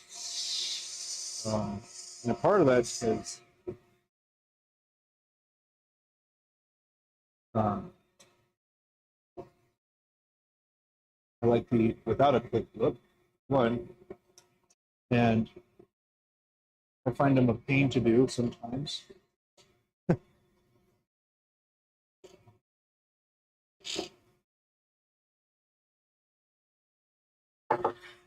But yeah, I think the intent would be for somebody to actually just watch and then be able to do whatever it was I'm doing. You don't really need or want to know the specific about it, then you probably could just watch and figure out how to do whatever it is. So I mean, it's a, I guess it's a part of it.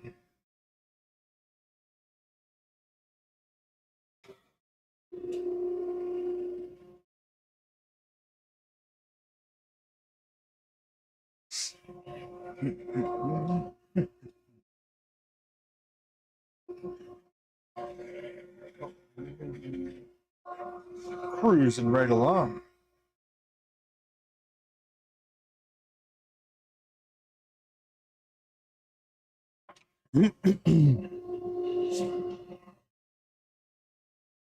Yeah.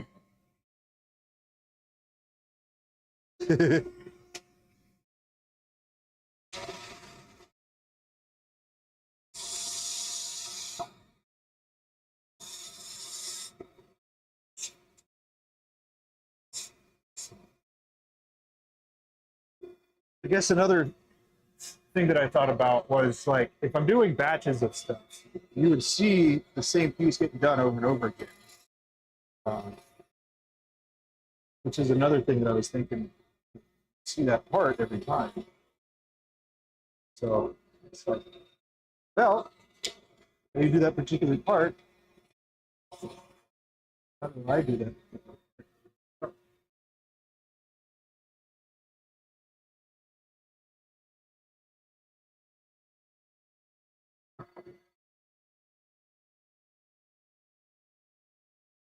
Some clips you threw in there. Accent range are interesting.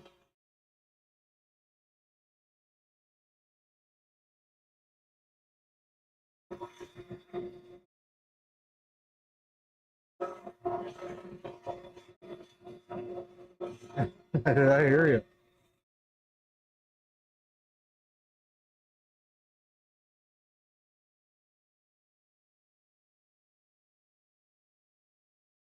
There's a pin maker podcast. Is it the As the Pin Turns one? Or was that a suggestion?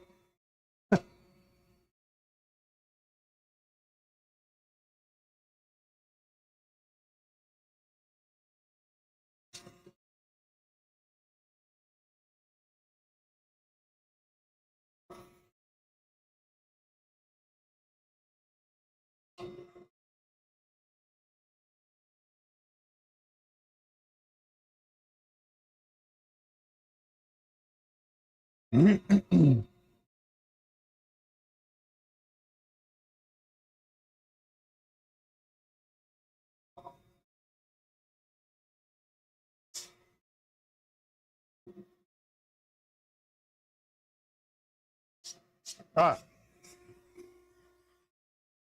you can name names if you want.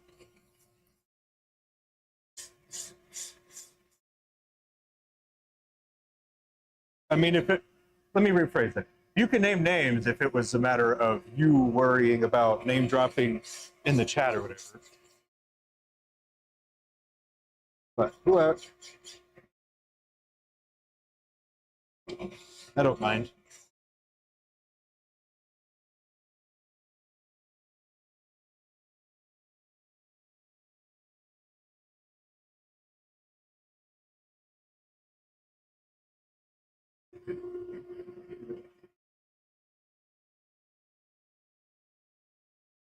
Yeah, I hear you on that.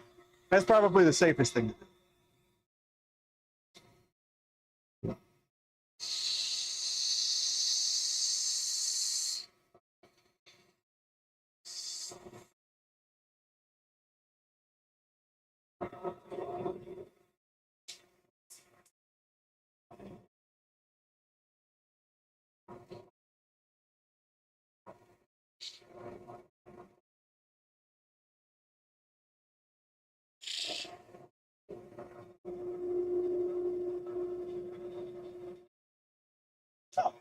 I think I've heard of that.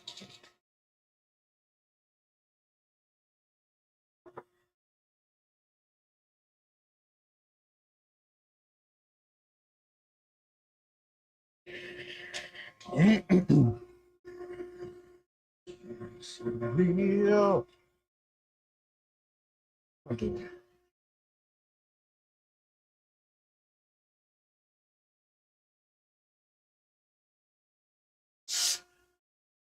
Um,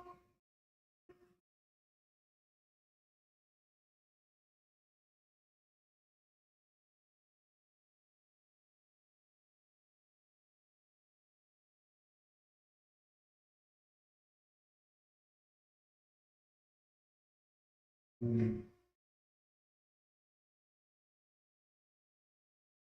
think that's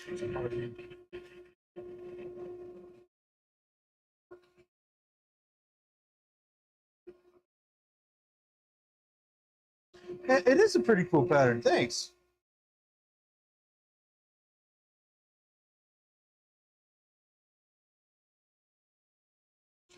See that. That is this. So here's what we're gonna do. We're gonna hop over to the metal lathe. Hey, sorry about that. My goodness.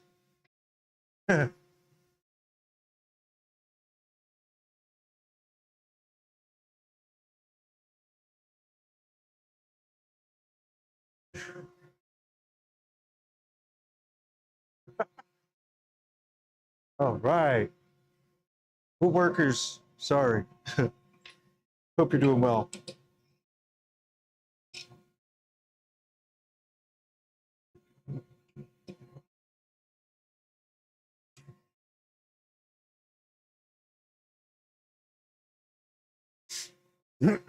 Yes.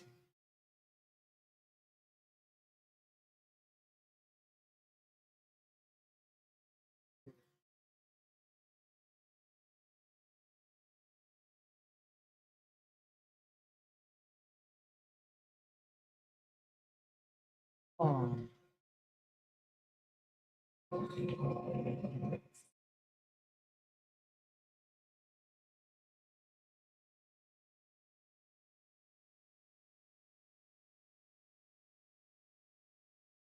right, another thing that can be done when into problems is put it on the component that it's going to end up being on, and then try to make corrections like that.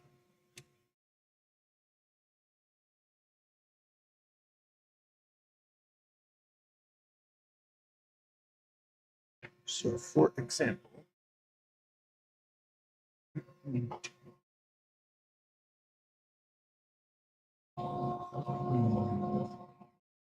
let's see. Uh-oh, I cut out. Sorry. I'm over here on the wood lathe, or on the metal lathe. I mean, hitting it with a little bit of sandpaper. Ow, too hot. Yeah.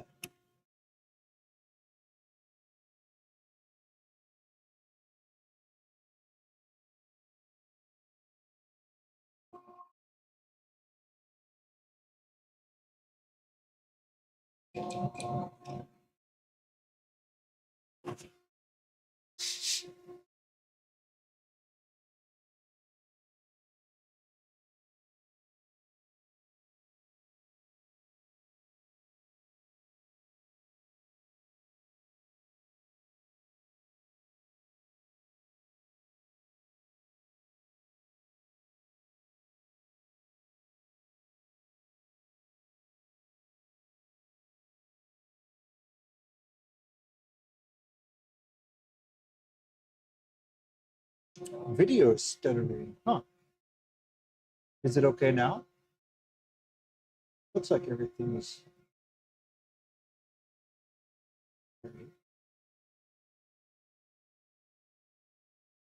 Hmm. Let's see. What are the... Hopefully it'll just iron itself out.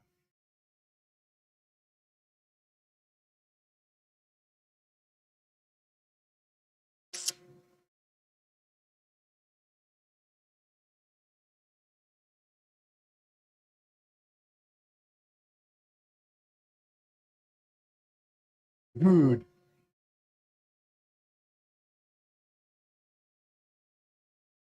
I'm food. Ah! Just kidding.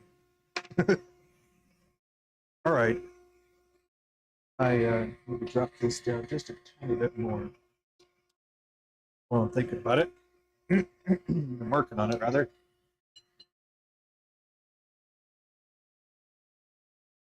I had somebody pop up on the other, on the horizontal, and okay. Whoops.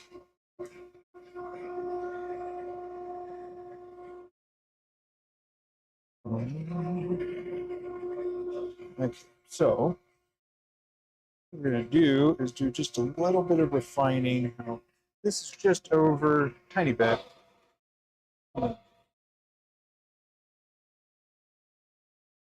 Flatten that out a bit here.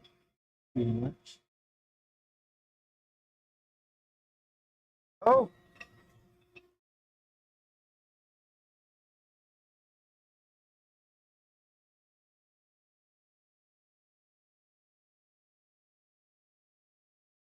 Man.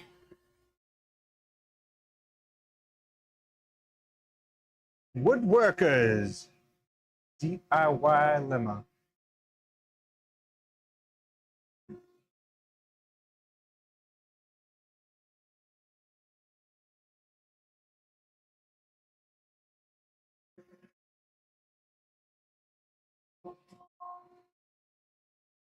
Almost there. Almost there. Just one more time, I think.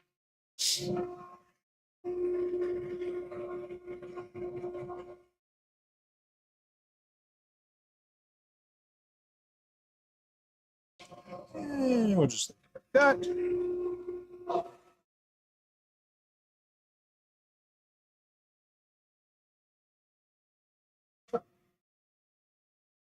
I think they were talking about video idea stuff, but it was talking specifically about what is interesting or engaging, I guess. But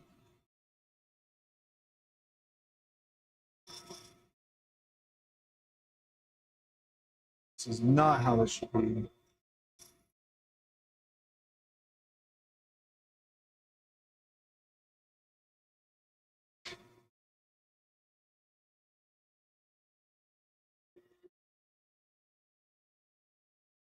Oh.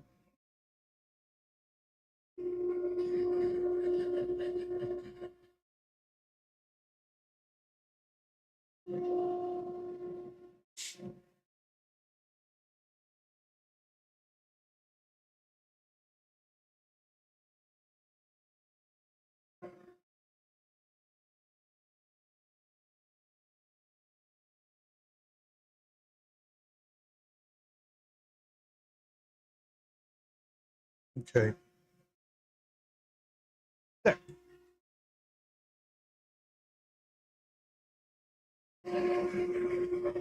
Now we're gonna go back to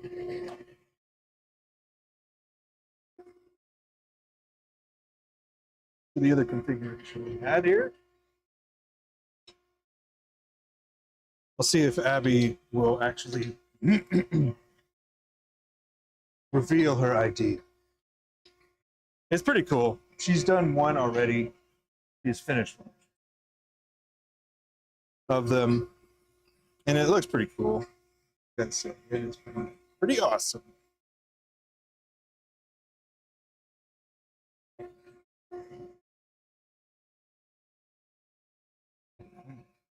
Well, we're making good time. I do think I will have sufficient time to pursue the other thing that I was talking about. But like I was mentioning before, that would be one of the times where I would change like the views, the camera view, right? so I can capture all that.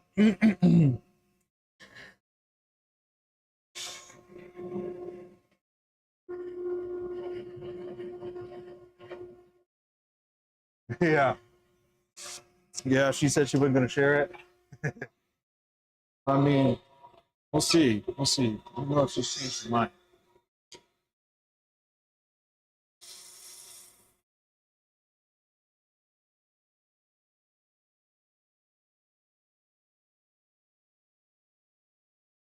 So she might not have. And it'll take until all these are actually sanded and done for she.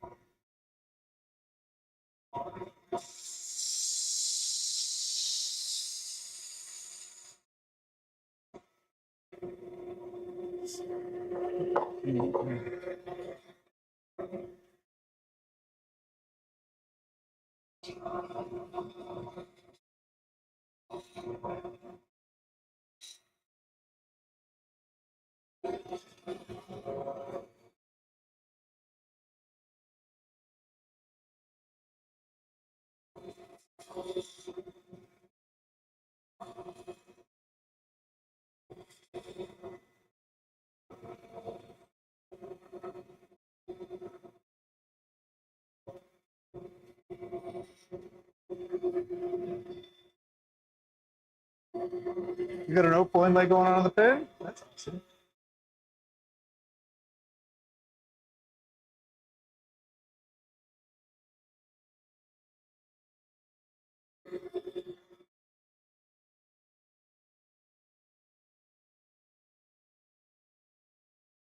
Yeah, I bet you can. I bet you can make it look cool.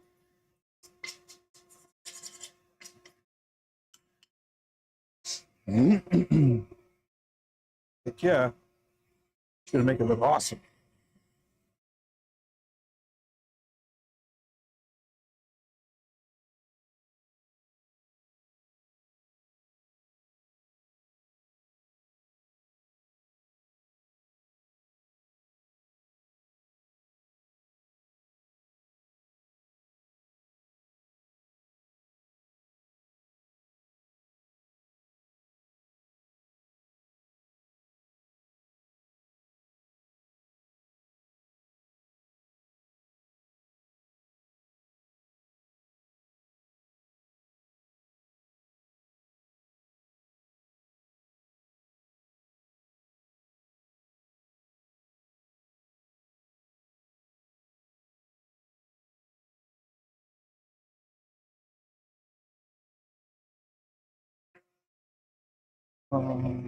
Let's see.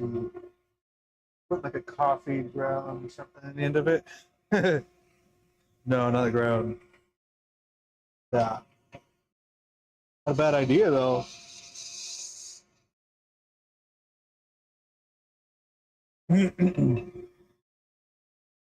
Uh-oh. I hope not. Something coming through? Okay, quiet.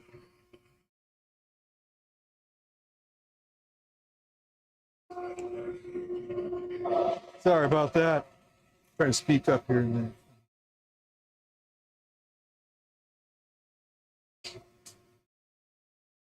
then.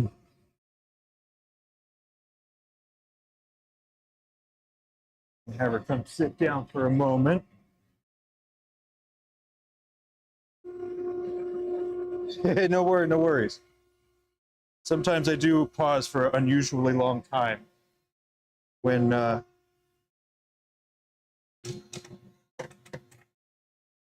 a train of thought and then I'm trying to accomplish something at the same time. All right. I got her. Hey. You can scoot it back. A little bit.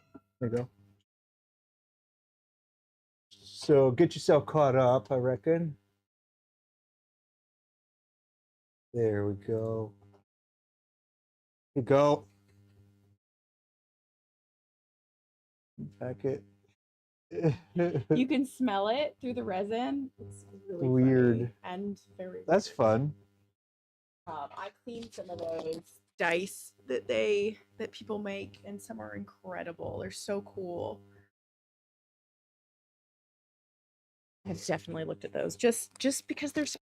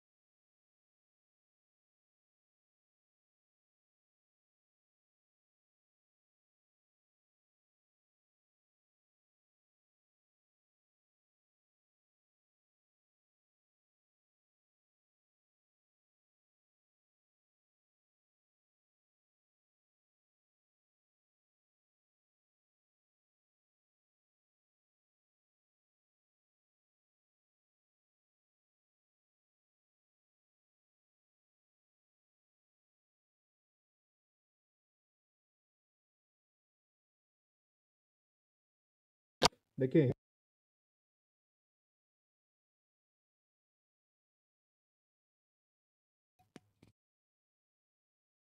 Uh-oh.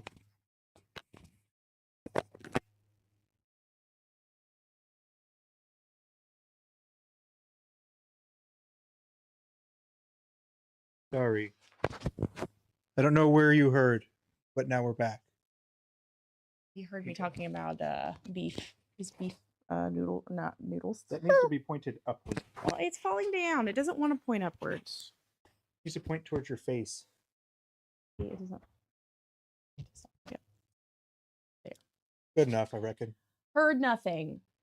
Noodles and a dice. That's what we probably heard. Anyway, so I have been experimenting with finials for a lot of our fountain pens because as of now, we don't really, John doesn't put clips on. We don't do very much like accent rings. So finials, I was like, yeah, that can be my thing, right?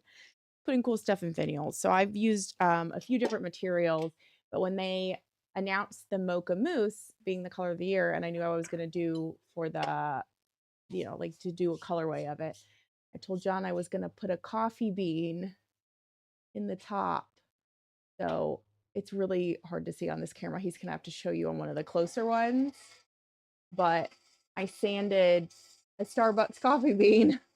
And it's pretty cool because like you can see it from the side and from the top. So Mocha Mousse is getting coffee beans in them.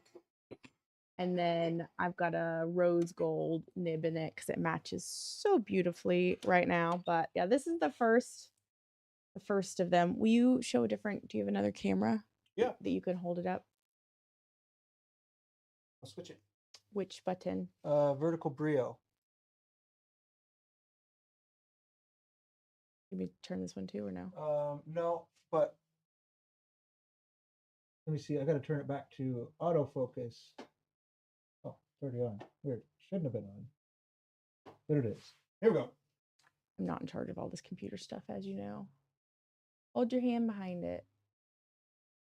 There we go. Anyways. And it took a little finagling because the coffee beans, when you sand the bottom of them, they want to just crack right in half. So it smelled really good sanding the coffee beans. I'm sitting there with my little piece of paper making coffee dust. They do not smell anymore, though. You cannot smell it through the resin. But I like them. I think it turned out pretty cool. And it at least, interesting. Adds a little extra something, So yeah, I've been working on some different like techniques or ways to do the finials. Thank you. Yeah, I'm really happy with them. I'm excited to get those finished and out. There you go. Anyhow, is this why I'm out here to show? Yeah. This pin. Yeah. I don't know how the rest are turning out. This one was a lot lighter than I expected it to be, but I like it a lot. The swirls turned out really nice. I did something a little different when I was pouring it as well that I haven't previously tried, and it worked out.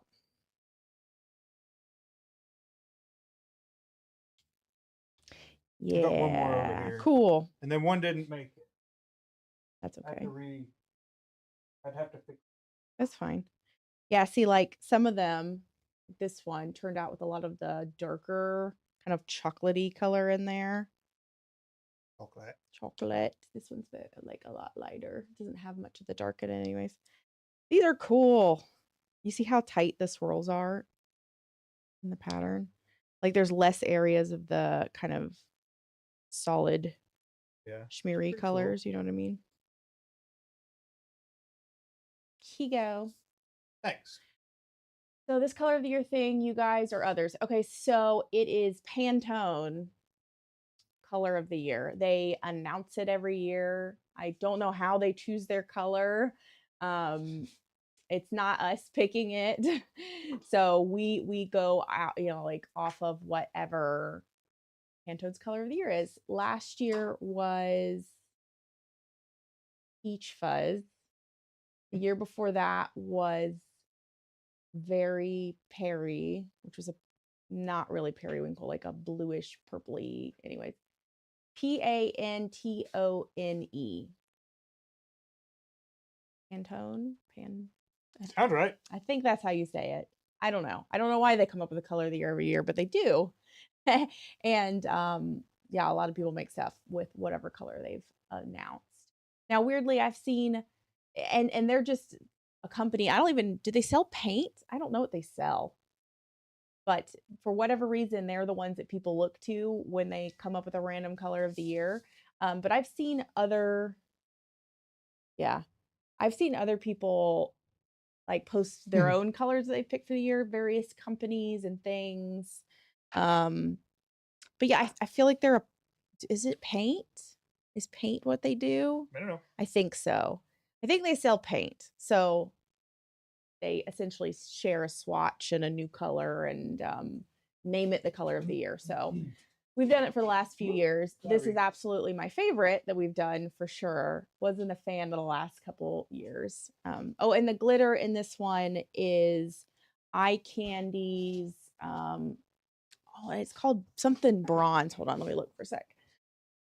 It is called Vibrant Bronze.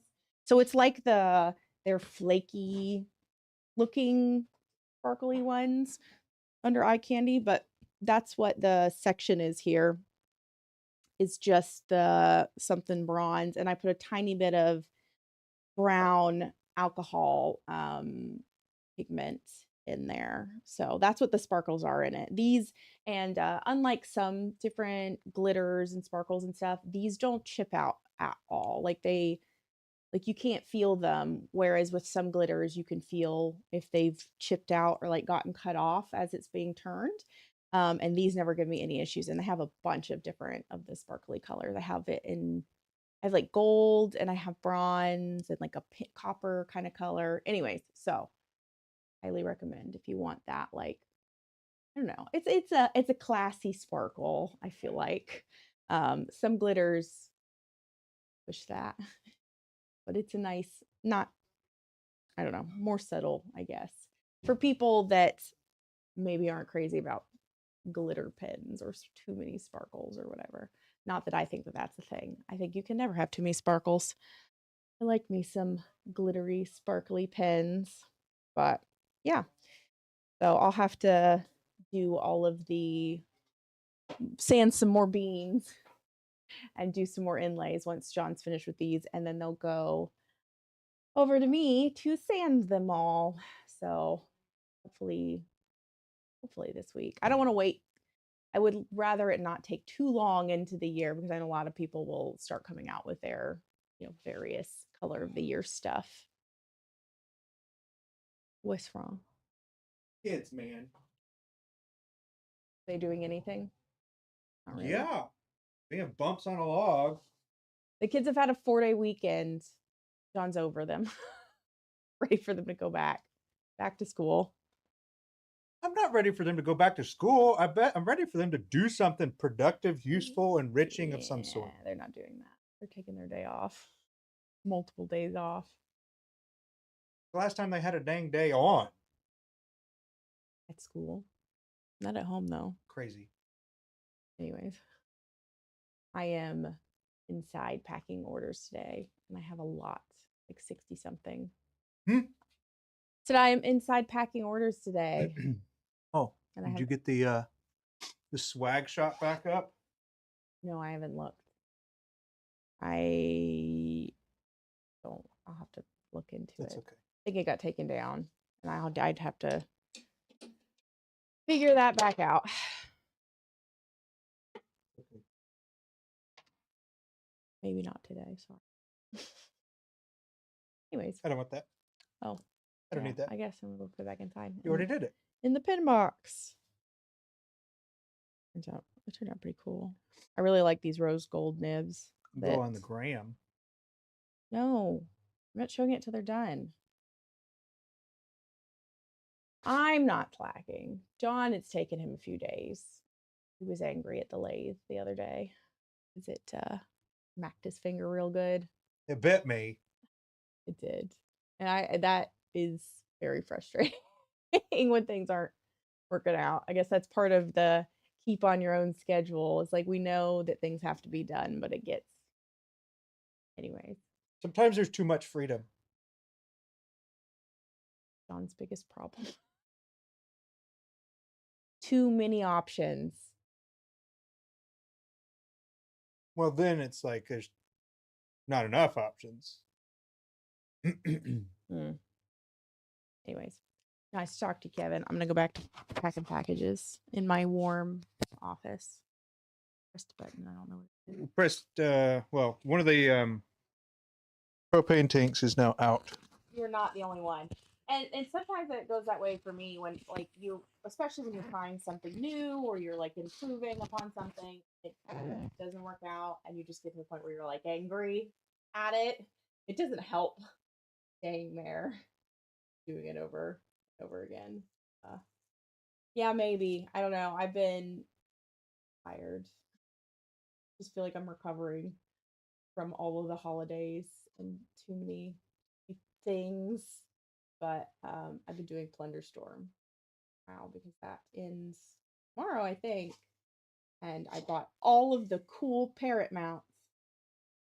But other than that, we used to buff things when they were finished. With like the 3 set of wheels on the lathe to try to make it shinier. That was like what everybody else did at the time. The amount of things that either flew off the lathe and hit the wall. Like I have a hole in the wall behind my lathe because one of the eggs that we've shown flew off and smacked a hole in the wall. That was my bad. It's okay. Yeah. But anyways, yes, things like that. We've like melted tops before we stopped buffing our sanding. We do the polishing instead.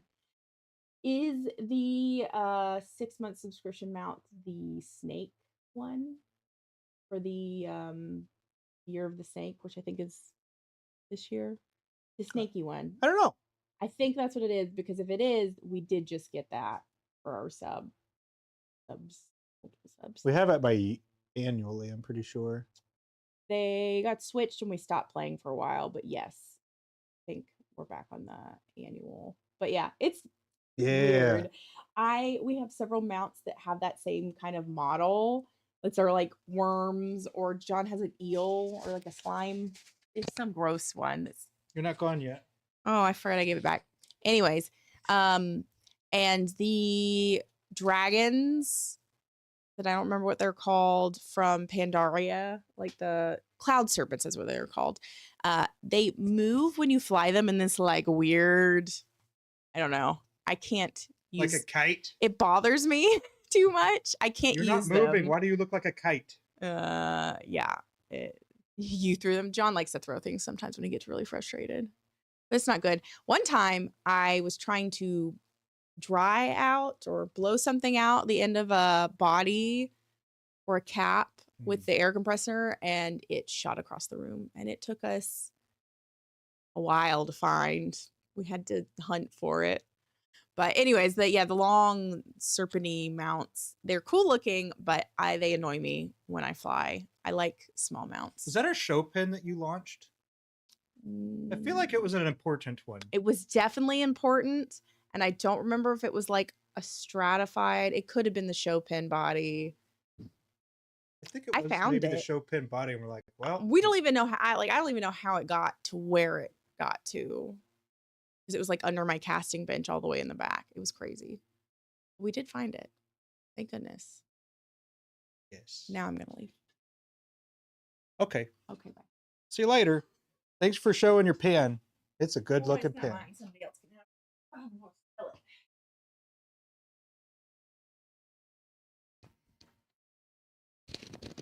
it. Maybe I should go to some pin groups, pin making groups. Be like, hey, does anybody want to buy a pen? Have you seen people like that? They'll go into a pin making group and like, dude, all these other people sell pins too. What are you doing? Or I mean, they make the pins. I don't know. Sometimes it seems weird what some people do, but that's what makes us unique and different, right? Okay, this is the last barrel, and then it'll actually be onto some ebonite and wood. It'd be cool.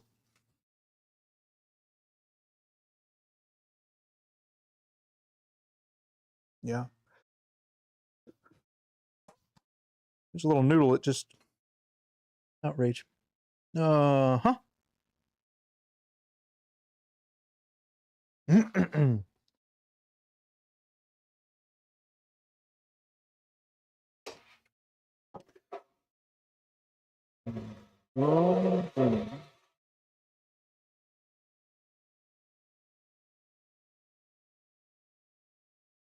Oh, geez.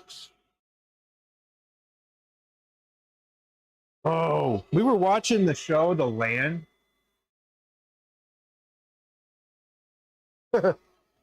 um, that show with Billy Bob Thornton, where he is like the fuel guy, the fuel fixer guy, getting the agreements and all that stuff, the land use agreements for fracking and all that stuff.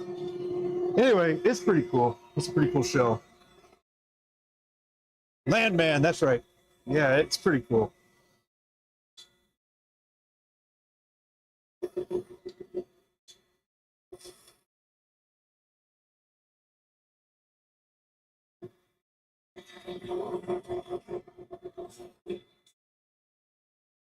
Yeah, what a job, huh? I wouldn't want that job. My goodness. Maybe there was a time where I wanted a high stress job.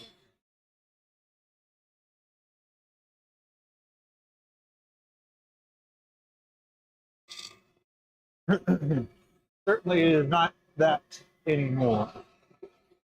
Yeah, it is. But what do you expect when you got Billy Bob Thornton?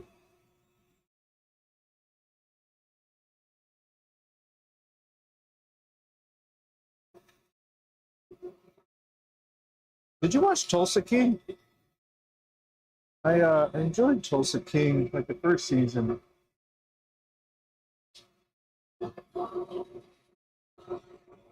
Not a landman's job.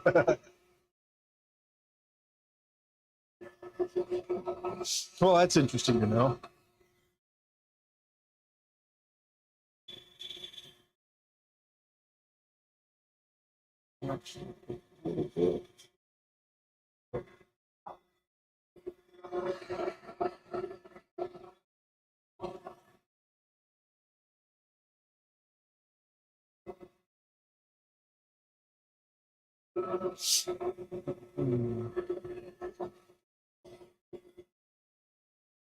Landman is the lawyer.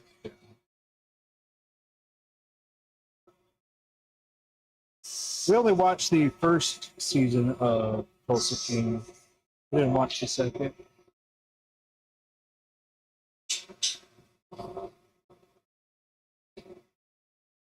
Okay.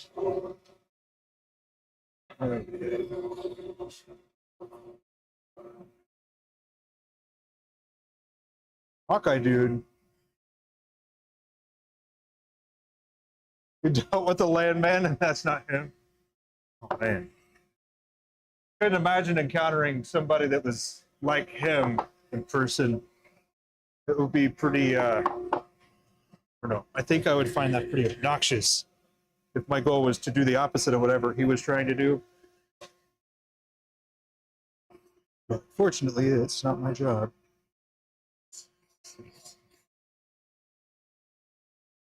I shouldn't have taken it off already, but I did. So, King of Kingstown, I haven't tried that one.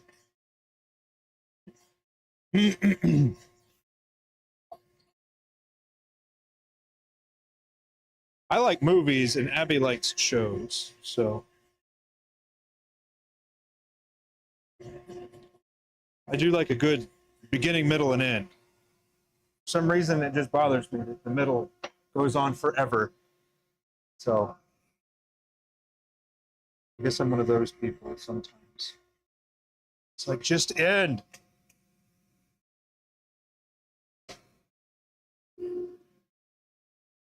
Okay.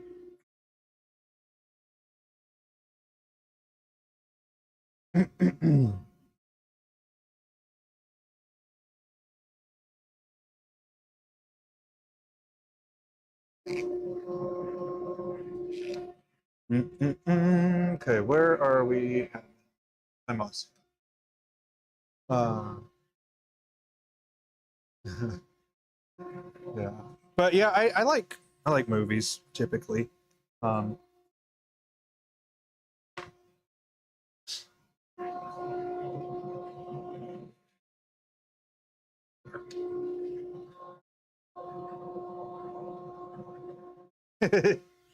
Speak to text. I honestly haven't even tried that. Well, I probably could and should. Might help.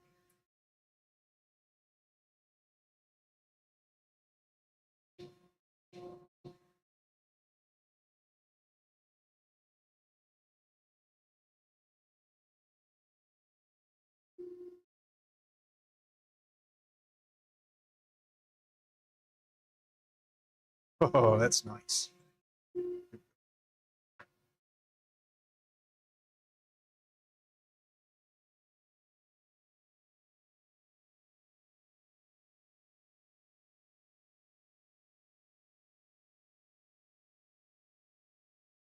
And there we go.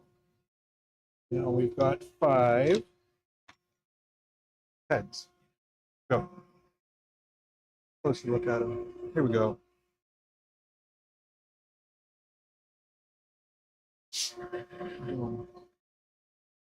That, finials, bottoms. Yeah. These are over here.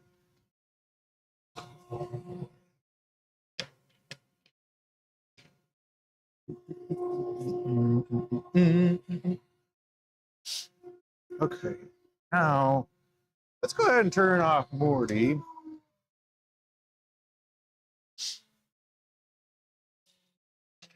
And then I'm going to grab some.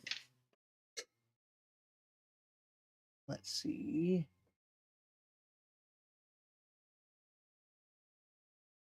Boom. Okay. Thank you. All right. Here we go. Triple E. And then we got a new Triple E. This stuff is expensive. My goodness. This stuff is expensive. It's like $35. Now, you're going to use it for a long time, but goodness gracious.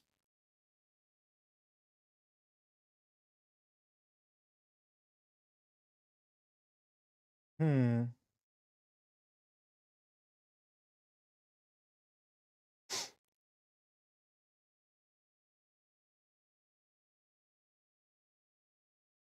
Triple E is wax for turners and restorers.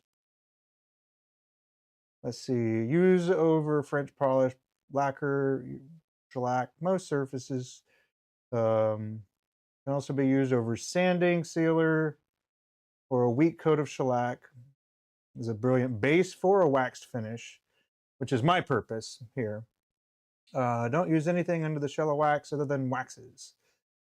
Can be rejuvenated by melting. Good, good. Turpentine. On the lathe, sand to 600 grit. Apply a quick, thin coat of triple E to the raw timber with a clean rag. Cool. I'm going to use a paper towel. But yeah, triple E is I guess kind of like a wood grit kind of thing. And then it also has an alcohol-y smell to it. Like it's got turpentine or some evaporative something or other property.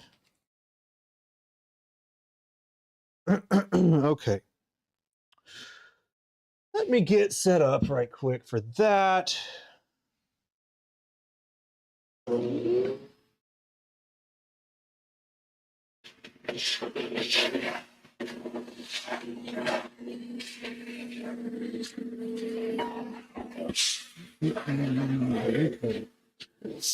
think I'm gonna need to change my stream now. Change my stream title. But yeah. So the plan is to sand from like 240 or 120 to 600. I think 600, and then use triple E and then Mylans. And that's it. And for the cap, I'm gonna have to see how that goes. I'm not sure quite yet how I'm gonna finish the cap. It might be how I do the resin stuff, but I'm not positive yet. But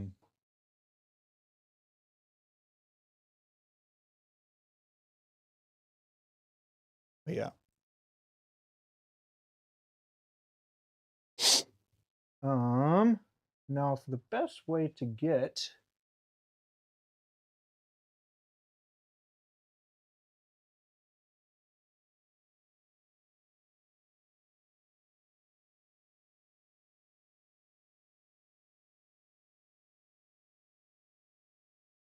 okay. Well, we're gonna need one of these so I can cut an inch off of it. We need that. Okay.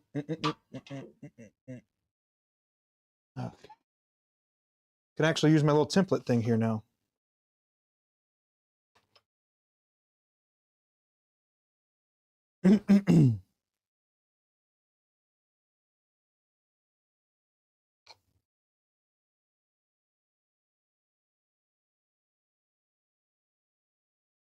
Okay, well, I'm gonna have to cut some more anyways.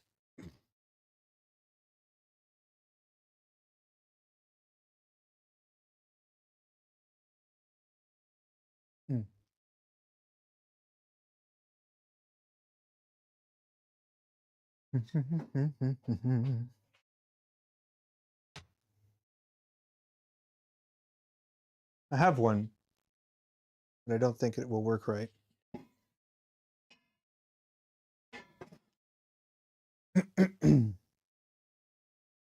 Let's see. I think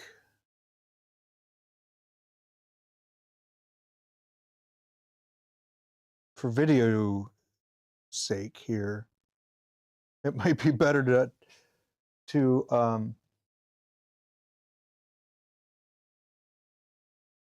this a little differently.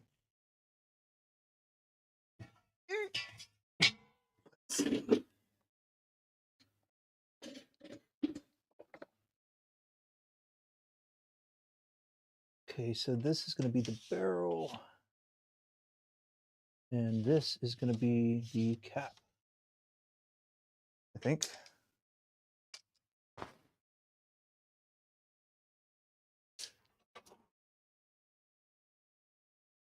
No. Okay, so this was start a new stream. I don't know. What do you think? Should I start another stream? Or should I just do this, I don't know, more solo and then make a different video out of it? I don't know.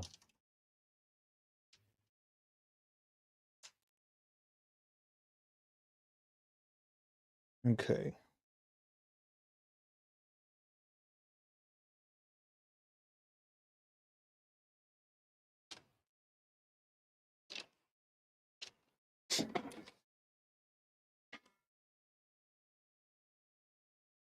Alrighty, alrighty.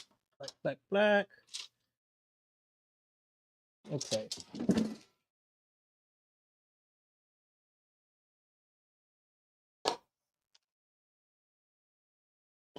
Yeah. Yeah, it might. But yeah. What do you think? That bother you?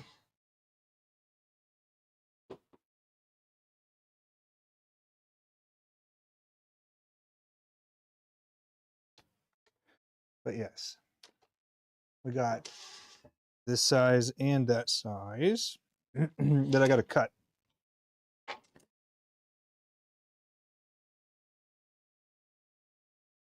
It would not? All right. Right on. But yeah, it probably would make things faster. But this is what I'm using. I've got my little template. So I've got all my ebonite, and then the wood is going to be, you know, this long. Yeah. My black rods, yeah. This is a pure black. So supposedly this won't it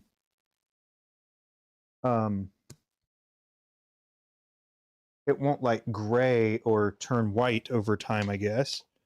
I don't know.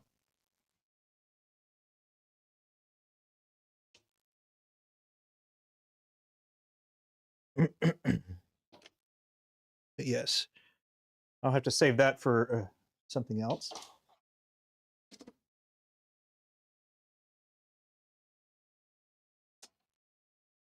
But then here comes the other question. I've got all of these for, hey, these are different sizes. Let's see. Those are 14. These are 14. And these look 15. Let me see what we got here. All right, 0. Okay, that is 14. That's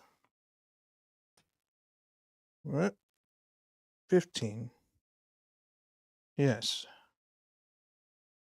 Okay, so for 15,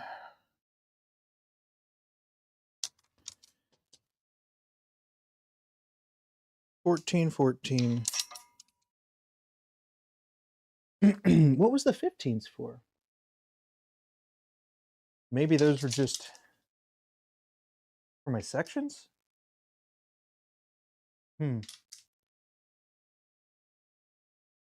the initial plan was not to do these, but because these are the diameter that they are, we're going to be doing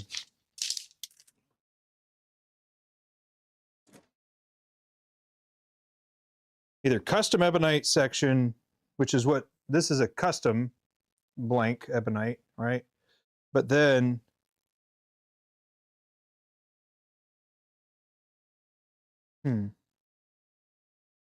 let's see.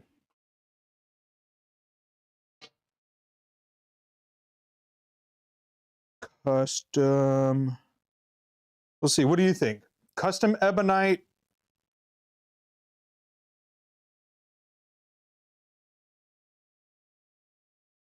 for the section.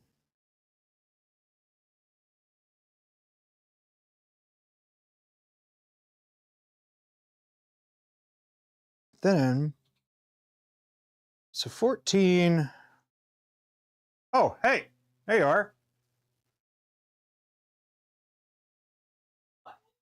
Sections, custom ebonite or the black? Because we got all this black for that reason. What? No. We got everything. We got everything in order to do black ebonite for everything. But because the custom ended up coming in and it was 14, that's what I was thinking. But what would be the use for the other ebonite that was not?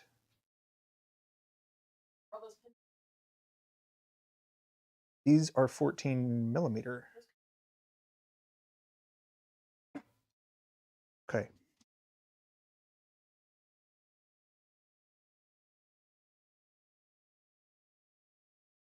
All right. Well, Kevin, this is going to be my project for the rest of today.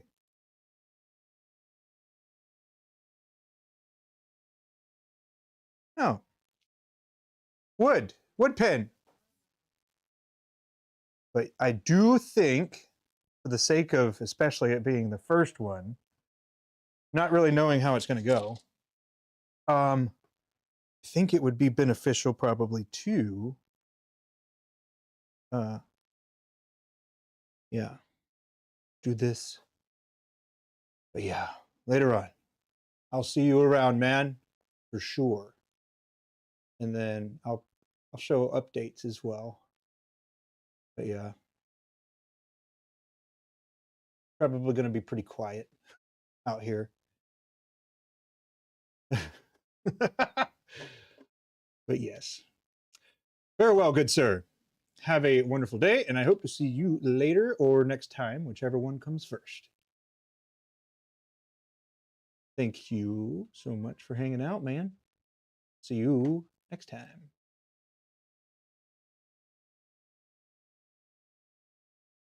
Mm-mm-mm.